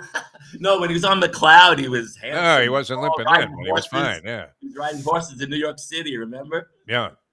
Nah, but it was a good story while it lasted, and hopefully he'll make a good comeback. He's still hitting the ball beautifully, so he just got to learn how to traverse the course with his wooden leg, whatever he's got there. You heard though what the PGA is considering now, and they got this idea from our show yesterday that any tournament that Tiger enters, there will be a substitute hole when he is putting.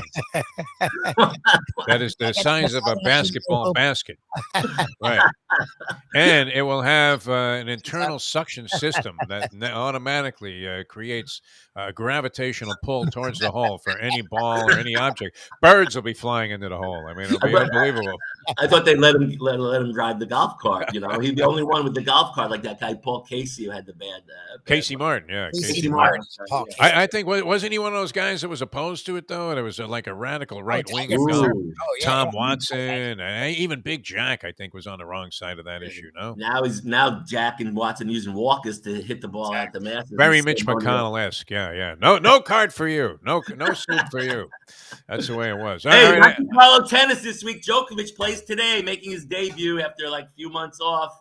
He didn't need the shot in Monte Carlo, and he lives there, by the way. Wow, so, what a beautiful place. Did you ever get to cover a tournament there? Oh God! Wow! Did you see this on like the water overlooking the cliffs? I mean, and the James Bond Casino is right there. I mean, wow! Oh, it's beautiful. That's on my bucket list, man. And you got a great matchup today. Alcaraz is playing today. It's good. Oh, he's in this tournament because I was talking about him with my friend last night, who always bitches at me for using the drop shot, and I know that his knees are shot. Like Jim Otto has better knees than my friend Dr. Jerry, who I play every Monday, essentially. And when I start with the droppers, he just looks at me like I'm an asshole, you know. And but look at Carlos Alcaraz, who's hitting howitzers from both sides. I mean, this guy's knocking those ground strokes at probably the highest velocity that we've seen. And then what's his big shot? His big weapon is the Harvey Fialkov little atomic baby, where you just slice that thing off and it barely goes over the net and then comes back on his side. It's amazing. You got to use the weapons you have in your holster, baby. Hey, Opelka and Isner played in the final Sunday, the tallest ATP final in history. It's never happened before. 2 7-footers on clay. Who won? Opelka has beaten him 5 times in a row. Isner's like his role model and his idol. He's a really good guy. He took him under his large wings, and they're really tight friends. But Opelka right now does everything Isner does, only a little bit better. And John's ready to hang him up. He's 36. Opelka's 24. Playing a lot of doubles though, Isner. He's winning. He won the Sunshine Double, Indian Wells and in Miami, 2 different partners. He won it with Sock in Indian Wells, and blanking out on who he won it with here, but he's how can he be bad in doubles? Covers half the court. He's 7. There it is, man. Big wingspan. It's like facing Joe Rose. All right, we gotta run, Harvey. It's been a pleasure. You did a great job today, just getting in our weekly Yankees crying towel is fantastic. I think a lot of the fans relate. So thanks so much. Here the Blue Jays. Fetching and being with us here on the show. Harvey Fialkov, ladies and gentlemen. Happy Pesach. I'm going to New York to break some matzah, so have a great Passover. Oh, very nice. All right. Have a good time up there. Yeah. Go to Yonah Shimon. Get a Knish. All right. Speaking of the Miami Heat, and we ready to go with the great Eric Reed? Is that happening? Oh, okay. All right. Let's just do it. Lubie, what do you think? Us, he's an actual pro, so he's early. Like when he's given the time, he shows up early. The legend that is. Oh, look at how handsome he looks. My God. Eric, how are you, my friend? Good to see you. This, of course, since the inception of the team, he's been with the broadcast team, and I guess for how many years is it now, Eric? 32 or something of Heat basketball? Don't 34. Cheat. 34. 34, yeah. Hey, first of all, good morning to both you guys. Defo, you know whatever respect you have for me, same for you, brother. You know that. Thank you. Good to hear you. Good to see you. Well, it's a pleasure to have you on the program here, and this is our new platform, Ion Channel, and streaming audio and video. And this is Eric Reed, the longtime play-by-play voice of the Miami Heat. And the thing about you, Eric, and I'm so happy when Lubie said you were coming on the show because I'm looking at the all NBA teams, and I'm thinking, is Spoelstra even getting consideration for Coach of the Year? No, that's an automatic. It's going to the guy in Phoenix, and then they're talking about the Cavaliers and Boston, and I'm thinking, wait a minute, if we don't have any players that are on the all NBA team, and we have a lot of players that are in the rotation that have become big factors and catalysts for the Miami Heat this year that nobody ever heard of, or outside of town here. Then how is Spoelstra not the Coach of the Year for what he's done with this group? But I mean, it is amazing because this is vintage Heat to get this kind of motivation right before the postseason where they go in as a number 1 seed. It reminds me of how we felt at the All-Star break when Jimmy Butler was the only representative. I think it's been that sort of collaborative type of season, guys, where, you've had the best season in the East, tied for the 3rd best record in the league. But pick an MVP from this year's Heat team. It's a very difficult exercise to even go through that. Picking the MVP of the team we just watched for 82 games. I mean, who is it? I don't know. I mean, so going back to Coach of the Year, Spo has done one of the great jobs of what is already a Hall of Fame career for him. He's not in the Hall of Fame yet, but he's going there. He was named one of the top 15 coaches in NBA history. So the respect is there for Erik Spoelstra. But for this year, listen, my respect for Spo is endless. I think this year, it's sort of funny, guys. The culture and the coaching has been in place for a long time in Miami. Think about it. Between Pat Riley and Erik Spoelstra, the culture and the coaching have been there for 25 years. Yet this is the season where it received more illumination and more recognition nationally than ever before. And I think that's because of some of the unknowns. You heard the movie The Usual Suspects. Yeah. This year's movie for the Heat would be The Unusual Suspects. Because who thought, Strus and Caleb Martin and Gabe Vincent, Omer Yurtseven. I mean, it went on and on and on. So when Spo says in the last game or two, it took all 15 guys to do what we just did, and it's going to take all 15 to do what we're trying to do. I mean, that's real. So for Coach of the Year, Taylor Jenkins of Memphis, and I think Monty Williams of Phoenix are both equally deserving. So you can split hairs or lose hairs over that. No, move on. In terms of Defensive Player of the Year, I mean, I hate to tell you this, but Bam has no shot. And it's not because he doesn't deserve it. I mean, we all, it's become sort of cliche-ish now. Yeah. Guard 1 through 5. I mean, we've seen this guy do it every single night. He guards 1 through 5. So I'll be upset if Bam doesn't even make first team all defense. That will sort of get my pride and anger aroused a little bit. But the individual awards doesn't matter. Everybody gets a ring, and everybody's going to get a huge bonus if you win the championship. And I think, again, it's going to sound cliche-ish. That's what this team was put together for. That's what they all came here for. And I think they got a shot, Defo. I really have a lot of confidence and belief in this team. And this is going to sound strange to you guys. We've had better teams. We have had better seasons. I don't know if I've ever had so much joy doing my job through the course of a season than this year. It has been a very joyful experience to cover this team. See, I'm inspired already, Lubie. I mean, this man always does this to me. And that's what I love about him. Now, one quick thing. I know Lubie wants to dive into this because he's a diehard Heat fan and has been his whole lifetime.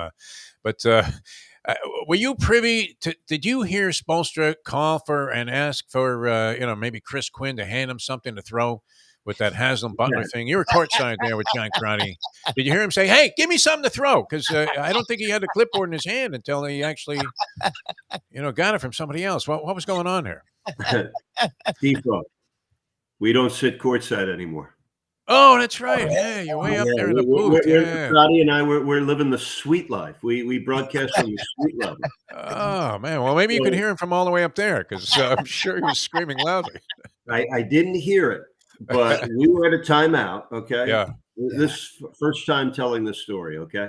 Okay. And we got a great view from where we sit, even though it's not the sort of that intimate courtside location where you can communicate better and maybe see and hear a few other things. But, we're at a commercial and I'm sitting all the way up in our perch and I could see things starting to, percolate on the bench in a way that was not normal. And I got on my talkback button to the truck, say, "Are you guys seeing this?" And the crazy thing was when it really escalated, when Spo was sort of chasing them all over the court, we had just come back onto the air and I get the directive, we're going to come back with a promo. Now, promo. Stay tuned to Bally Sports Sun here, and make sure you catch women's volleyball. Yeah. In the old days, like they'd hand you a card and you wouldn't have to turn away. You could just read the card, maybe look up. Now there's no more stage manager. I mean, I have a little monitor to my right, so I've got to physically turn and look at the monitor. I did not see the entirety of it. Oh no! The game was over. And I'm in the family lounge looking at my phone and saying, "Oh my God." Yeah. That's funny. I mean, it's kind of like, when a guy has you read a promo, you're doing play-by-play on boxing and you missed a knockout, You see the guy being carried out in a stretcher, you're like, "Oh, yeah, that looks like Jones to me. What do you think? What happened here, champ?" Lubie's, I mean, he is so into this Heat season, and you know how he is. He's psychotic about everything. So I don't know if you're ready for this, if you have a therapy session later on today, but Lubie wants to dissect, the Heat's chances here in the playoffs. Go ahead, fire away. It's the one and only Eric Reed with us on Twitter at eReed Miami Heat with Bally Sports Florida, but with the Miami Heat since its inception. What's interesting, and you said it, and not only for Spoelstra, but this has been a year of, I think, acceptance finally of Tyler Hero, where he's not one of their best players. When you look at the percentages, when Jimmy misses, they're not as good. When Lowry misses, Bam is not as good. When Hero misses, they're not good. When Tyler Hero is not there, the Miami Heat are a totally different team. And he's a guy last year that people were maligning. I mean, he hadn't really taken a step down, but we felt he hadn't grown. He not only grew this year, if he's not the best player, he's as important a player as they have. What have you seen from Tyler Hero? Because you're closer to this team than we are. The swag and this and that. But on the court, the kid has become a much better all-around player, and he's almost become a leader of this ball club. Well, good comments, good question. I just want to read you a couple of numbers. Yes. Without Bam, 17-9. This includes the last game of the season. Without Butler, 15-10. Without Lowry, 12-7. Without Hero, 9-7. That's crazy. So Did Lubie submit this question in advance? Well, what happened here? You have the stats on it right in front of you? That's great. This is from my Atlanta. He's like you. Nice. And I got it right here. Okay. Beautiful. It's right Wow. there. Because and I use that again in the Orlando game. To me, that's the best graphic of the season because it's the story of the season. Didn't matter who sat or who played, the competitive will was there every single night. So, it's like Memphis winning without Ja Morant. Sometimes the media spins it like, oh, maybe Ja's not that good. Maybe they're better without. No. It means the team is that good, that they can win without a key guy. So Miami is a no-excuse franchise. They learned how to win without their best players night after night. Now let me get to Tyler Hero.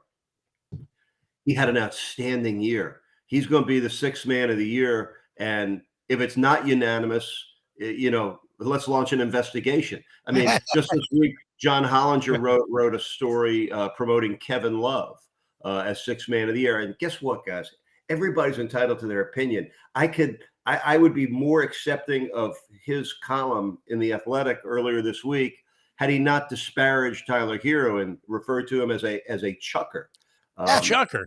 Yeah.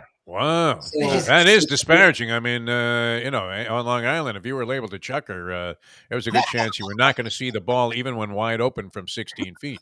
And it's funny, the night that we told the story, the Atlanta game was Friday. This item appeared in the Athletic on Thursday, and it was on Twitter and everywhere. I mentioned it during the game broadcast, and I very seldom call out a writer or call out anybody like that. But I wanted to bring up, I said, I hope John Hollinger's watching this game. Wow, Eric he only had 13 points in the game, but he had 9 assists and only 1 turnover. And to me, it was a perfect example of how Hero's game has grown. First of all, he's a natural scorer. He shot about 40% from 3. That's the benchmark of outstanding. Okay. Plus, off the dribble, he's gotten so good that he gets to the basket almost at will. He makes it look a lot easier than it is. He became a much better finisher. So he's got his off the dribble drive game going. If you back off him to prevent that, he's going to make the 3. He's a willing and skilled passer, and his defense has gotten better. So, and he was coachable and team-oriented enough to accept a 6-man role. Come on, the kid wants to start. Sure. But let's remember, he's only 22 years old. When you look at the 2 drafts that yielded you Bam Adebayo and Tyler Hero in the middle of the first round, hey, Pat Riley, Andy Ellisberg, all our scouts, outstanding. You can't do better in the middle of a first round than those 2 selections. So Hero's just begun his ascent to stardom, and I think we're all going to enjoy that journey watching him. Lubie Kuiper over there, up in the box, hated the Adebayo and Tyler Hero picks. So you knew that they were destined for basketball stardom and eventual Hall of Fame and whatever status that they could possibly achieve.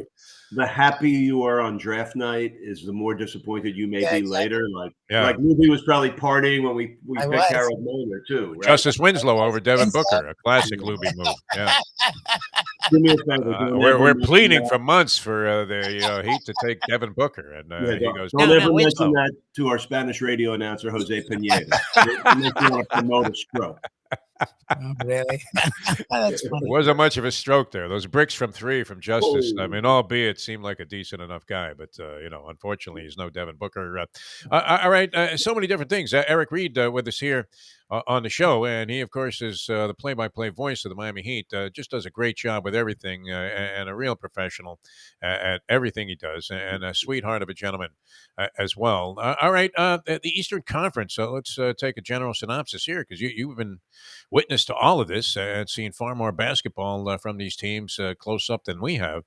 Celtics got it together. I mean, they started out poorly, and then they really played, down the last 2/3 of the season. Might have been the best team in the East. They were great, and everybody was saying, just as people were saying Tatum and Brown can't play together, they can't coexist. They found this, symbiotic relationship where they both just use it as a springboard to greatness this year. Milwaukee, I don't know. A lot of people discount Milwaukee, but what's wrong with them? And the Philadelphia 76ers with James Harden, interesting change of dynamic. They went from the sulking Ben Simmons not playing and contributing at all to James Harden, who I don't know. He finds a way to assimilate himself into things and seems to coexist well with Embiid. So, I mean, how wide open is this? Because everybody says, it possibly could be. The Raptors can't be discounted. Chicago Bulls had a good season, but faded a little bit late. What do you see, Eric Reed? I would take Chicago out of that mix, but I'm glad you included Toronto. They are among the teams capable of doing it. I'm going to take it in order. Boston, don't take them lightly. Best defensive team in the NBA all season, although they did lose their defensive-oriented center, Robert Williams, to a late-season injury, and he's not going to be there for at least the first round or 2, and that makes a difference. Just to touch for a second on Brown and Tatum. You know what was the problem early in the season? They weren't passing the ball. It was like 2 black holes. The guy that got it first was going to shoot it first, and you know who straightened them out? I'm going to give Ime Udoka a lot of credit, but it was Marcus Smart, who wow. As you threatened to kill them both. And you might dislike him because of the way he plays. Yeah. He's on your team. you love Marcus Smart. Like he wouldn't be a perfect Heat player. Marcus Smart, the way he competes and sort of fights competitively every night. Smart called both of those guys out and say, you got to pass the ball more, publicly called them out. And that's when things started to change for them. If it's Boston and Brooklyn in the first round, that's going to be must-see TV. Milwaukee, listen, they're the defending champs. Giannis and Middleton are proven, big-time winners. So is Drew Holiday. And they got Brook Lopez back late in the season. I was shocked. Bobby Portis had done a great job filling in. They're better with Lopez. He's their rim protector and spacer with the three-point shooting. Don't discount their chances either. Philadelphia, very good. Harden does not have a great playoff resume or track record. I don't love the way he played late in the season. I think Embiid's the MVP. They're going to be a tough out also. And the Philadelphia-Toronto winner is what awaits Miami should the Heat get past the first round. And, of course, for Miami, we're not going to know until Friday night who the first-round opponent is. So all year long, the East had this balanced feel to it. I think whoever stays healthy and whoever gets hot is going to be the team that emerges. And I like Miami's chances. But, if I had to pick two teams that I think will be in the finals, it's going to be Miami and Milwaukee. There you go. I'm not sure if you've had these discussions. I know, you probably run into the great Pat Riley, one of the most, speaking of inspirational guys that you could ever talk to. And I know it's theater and there's creative license. Have you seen any of Winning Time on HBO, the story of the Lakers? And especially Eric Reed, the depiction of Pat Riley as kind of like a Bobcat Goldthwait type of character. I mean, he really does. He looks like he's being portrayed as if he was in that scene with Johnny Depp in the movie Blow, where the guy says, I can't feel my face. How did he go in a short period of time from that to the slick, leader of fashion and all things in Los Angeles as, the coach of the Showtime Lakers. But has he commented on the portrayal in Winning Time at all? Or are people afraid to ask what he thinks? Excuse me. You don't have to comment if it could jeopardize your position there. I have not talked to Pat about that. I've only watched. I've watched it. I at some point when things quiet down, I will watch the entire series. Yeah, but I gotta tell you, I watch about 5 minutes of one episode, and I happen to catch the scene. And I heard that Jerry West and Pat, the portray, and what little I've seen of how they portrayed Kareem. Kareem's a sourpuss there, but he may have been a sourpuss then also. Maybe he was misunderstood. But the creative liberties they have taken. They made Chick Hearn out to be a real chump. He was one of the greatest guys I've ever run into, Eric. I had an interview with him when I first got started, and actually Riley was the color analyst with Chick Hearn on the radio then, and they kind of mentioned that. They made it look like he fell into the job like a clown. Like and that Chick, said, yeah, get out of here. What are you? You should be sweeping the floor, Riley. I think there's a general overall credibility to it, but there's a lot of things that are hard to sort of accept as, that's exactly the way it was. It's TV, it's Hollywood. But the one scene I saw was the scene in the dressing room between Pat and Chick Hearn. Oh yeah, that was uncomfortable to watch. And guess what? I could believe that conversation similar to that probably did happen, but I think they both, and for sure, Coach Riley deserved better representation than they are getting in that program. They just make him out to be such a schlep, like he got his clothes on Schmattero or something. This is not anything that we're accustomed to seeing from Pat Riley. Certainly not almost, immediately as he emerged. He looked like Lindsey Nelson's adopted son. He really did. It was ridiculous. Eric Reed with us here. All right. One of the things that you mentioned, kind of curious to me because, you're sort of following this and, see, I just figure athletes don't give a flying one about like the so-called bulletin board material. But, and obviously there's been these motivational factors and tactics of Pat Riley, hanging traps up in. Oh no, that was Wanstead, but he's used this sort of thing, the Trojan horse thing, where everybody popped out of the box. But these guys really take all of this stuff seriously. I mean, are they sensitive to this kind of criticism? Because you were mentioning this writer, was talking about Bam Adebayo or Tyler Hero. I mean, are they actually like absorbing this, or are they just playing cards on the plane and waiting to get started in the next game? Both. It's an individual thing, Defo. It's impossible to say, yeah, all NBA players are this. No, it's what this team is a highly motivated, focused group of professional basketball players, and that's even before the season started. When you found out that you were bringing in Kyle Lowry, PJ Tucker, and Markieff Morris, adding them to the group you already had, okay, with Bam and Jimmy Butler as two, defensive stalwarts, right? And you just said to yourself, my God, you're going to put out Tucker, Lowry, Bam, and Butler as 4-year starters. You automatically understand how competitive your team's going to be and how fierce on the defensive end you're going to be. And in adding Kyle Lowry, I know there was, I sense that there was a lack of the kind of excitement that I had for it. People loved Dragic in our community. He was very popular with our fan base. And I love Dragic too, but he's not a point guard.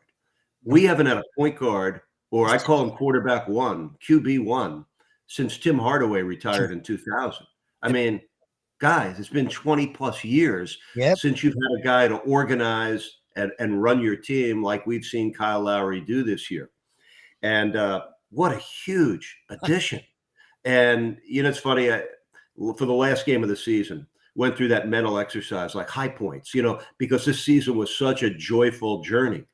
And I boiled it down to 3 games. And there's so many storylines, but my 3 games, the 137-95 win opening night against the defending champion Bucks, the team that just swept you out of the playoffs. That's how you started the season. Then on the 8th of January, without Jimmy Butler and without Bam Adebayo, you go into Phoenix and you knock them off, I don't want to say easily, but it was a clear victory. So now you're one of 2 teams in the East that won there. The only other team that won there was Toronto. So now you've beaten the 2 teams that played in last year's championship, and in the Suns, the team that was clearly the best team in the league all year. So those are my 2 key wins. The 3rd game was the late season win at Toronto, the night that Kyle Lowry received one of the greatest receptions. Guys, I'd never seen anything like this. When do you go back to a city that a guy played in and left? Usually, at best, it's mixed. I mean, the respect and the love. First of all, I want to give the fans of Toronto, the respect and the credit they deserved. But it was really so much about the respect and admiration and love that Kyle Lowry earned. 9 years there, a championship. The partnership with DeMar DeRozan that he had for so many years, the work he did in the community, the kind of man and family that he had, for those 9 years in Toronto. I mean, it was all on display. I talked to Kyle a day or 2 later before the Atlanta game. I said, "Whoa, what a pleasure! What a pleasure! What an honor for all of us to share in that night with you." He brought his 2 sons out onto the court with him, and the moment was like, if you didn't have tears in your eyes or goosebumps or feel something special, then I don't know. I don't know about you, but I had it, and his teammates had it. I think so many people that watch it on TV could feel it and embrace it. I said to Kyle, I said, if you didn't walk off the court, they might still be standing. Then you follow that up with a come from behind win without Tucker and without Butler. But of all of the things that happened that night, it's what happened after the game in the locker room, a story that we knew about when it happened, learned more about after it happened. Kyle Lowry took 2 game balls off the court with him into the locker room. Okay, not 1, but 2. You got to figure like one's going to be for him. I mean, that was a night that you dream about having. You probably don't even ever dream about that because it's too good to even dream about. he gave the first game ball to his former Toronto teammate, Fred VanVleet, who, by the way, scored 17 in the first quarter against Kyle Lowry in that game. But Lowry mentored VanVleet, much as he's doing right now with Gabe Vincent. To digress for a second, early in the season when we were in Toronto, I had a maybe 2 to 5 minute chat with Fred VanVleet before the game. And we talked about Kyle and how much Kyle meant to him. And he brought up Gabe Vincent. He said, Gabe is getting right now what I got. And I just thought it was a very introspective comment from VanVleet, but it sort of symbolized the respect that VanVleet and everybody in that Toronto locker room had for Kyle Lowry. But Lowry gave the other game ball to Chris Quinn, our assistant coach, who was filling in for Spo that night.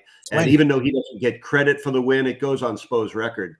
Quinn coached the Heat to the victory that night. But for Kyle Lowry to have the presence of mind to do that, I told Lowry to his face, and I was so happy to have the opportunity to do this. I said, Kyle, that is the most thoughtful, most human, most genuine thing I've ever seen an NBA player do for a coach.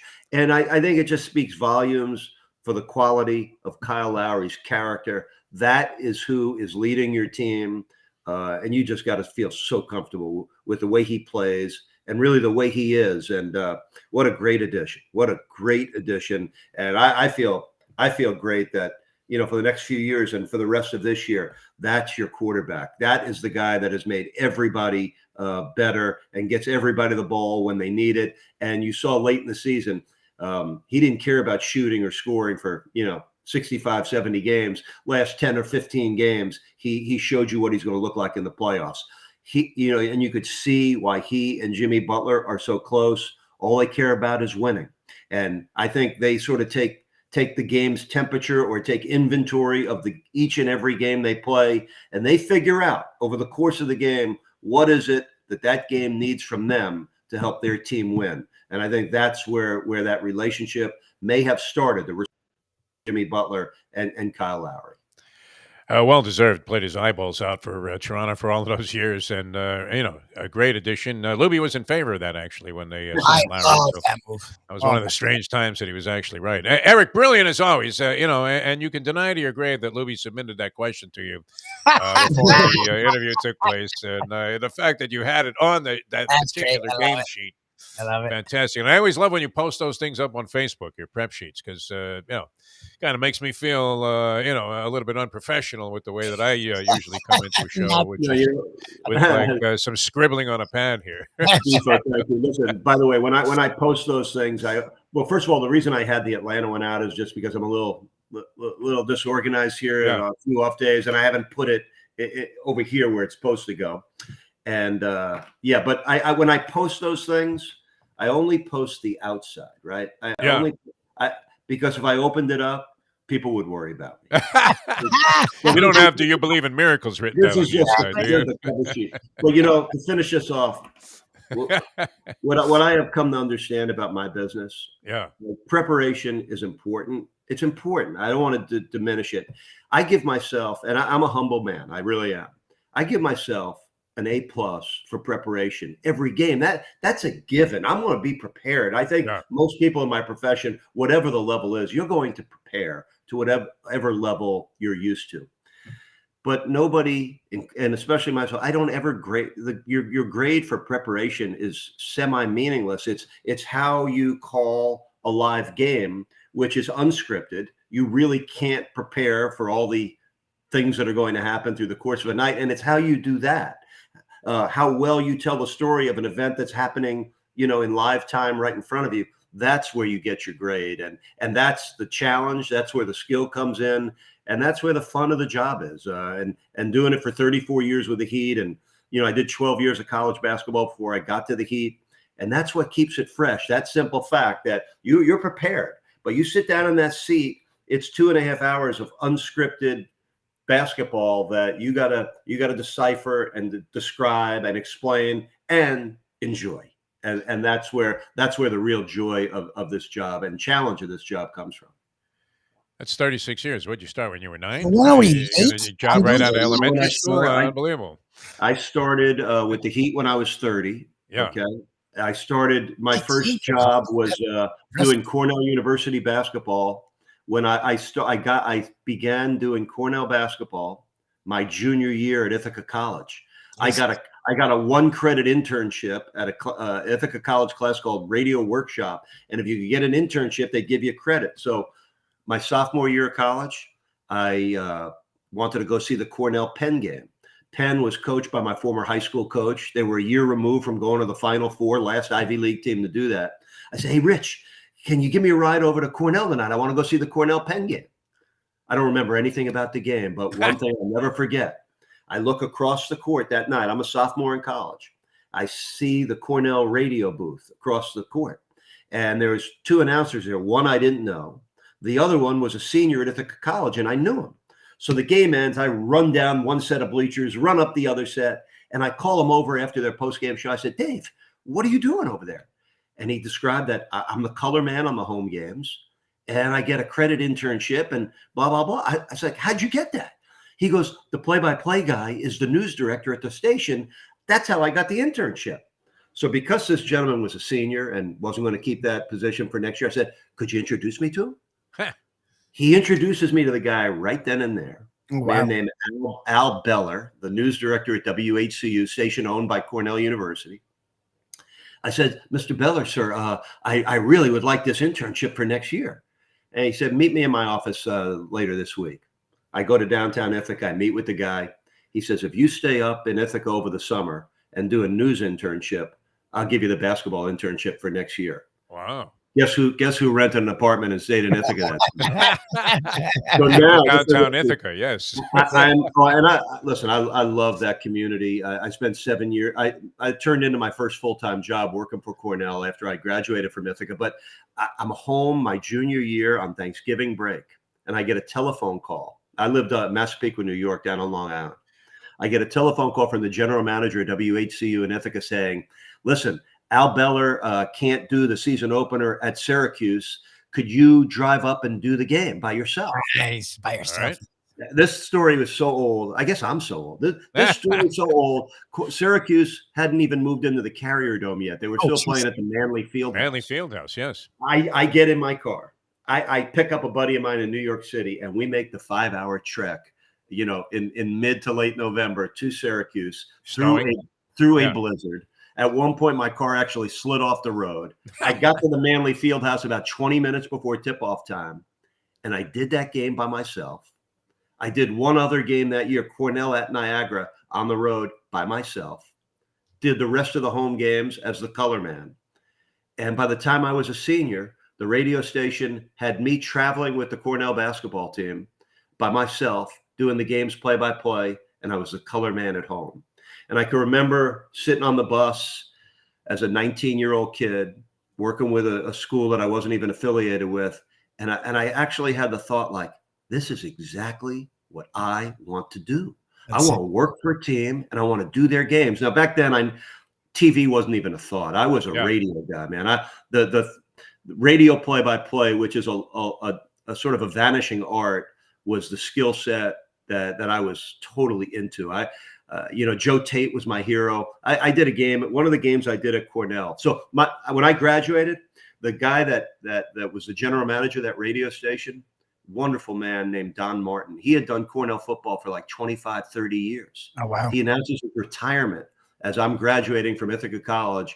And here's the good news. I got named Cornell football, Cornell basketball, Cornell lacrosse play-by-play.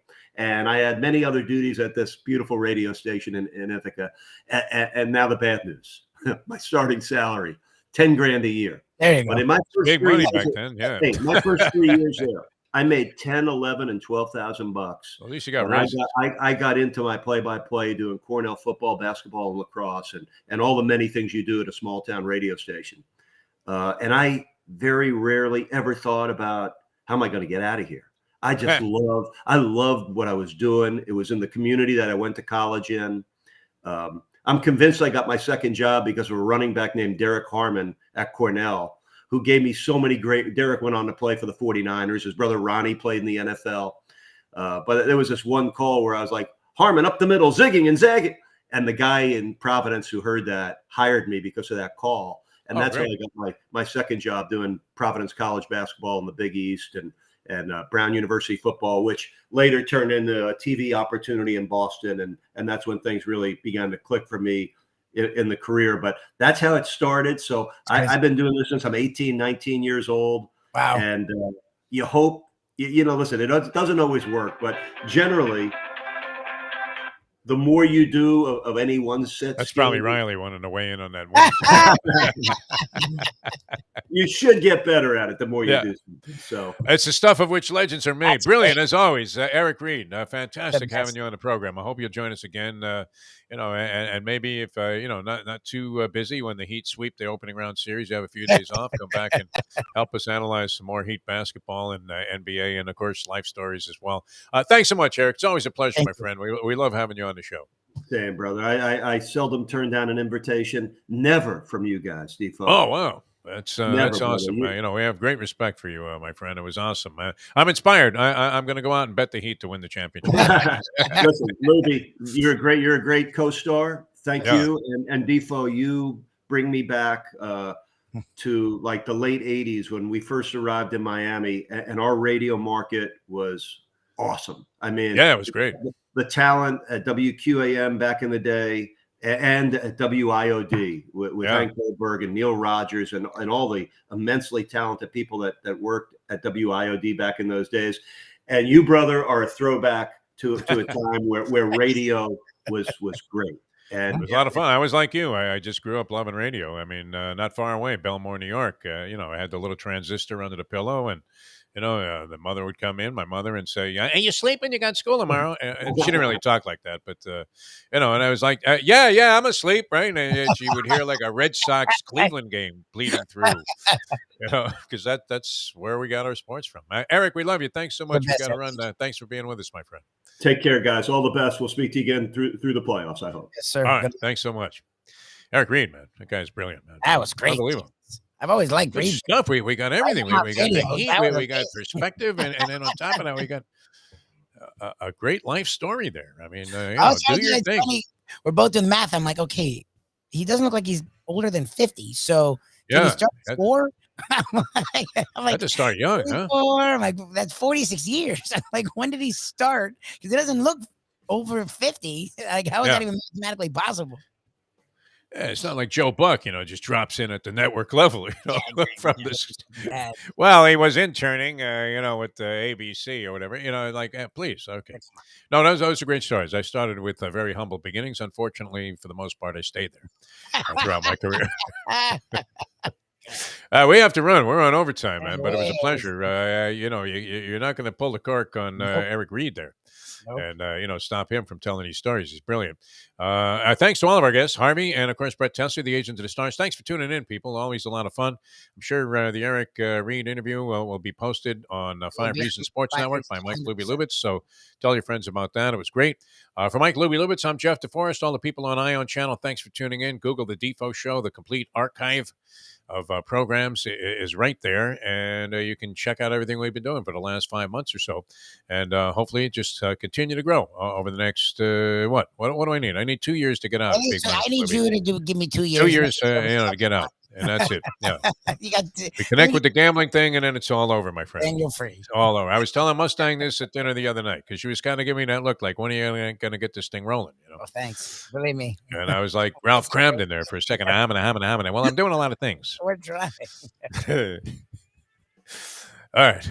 I feel like the warden in Shawshank. Just put a gun right out of my chin. No, that was a lot of fun. Thanks so much for being with us. We'll see you next time as we leave you now that. The time. It's 9:18. Let's go to eat a damn snack. Look what they done to my show.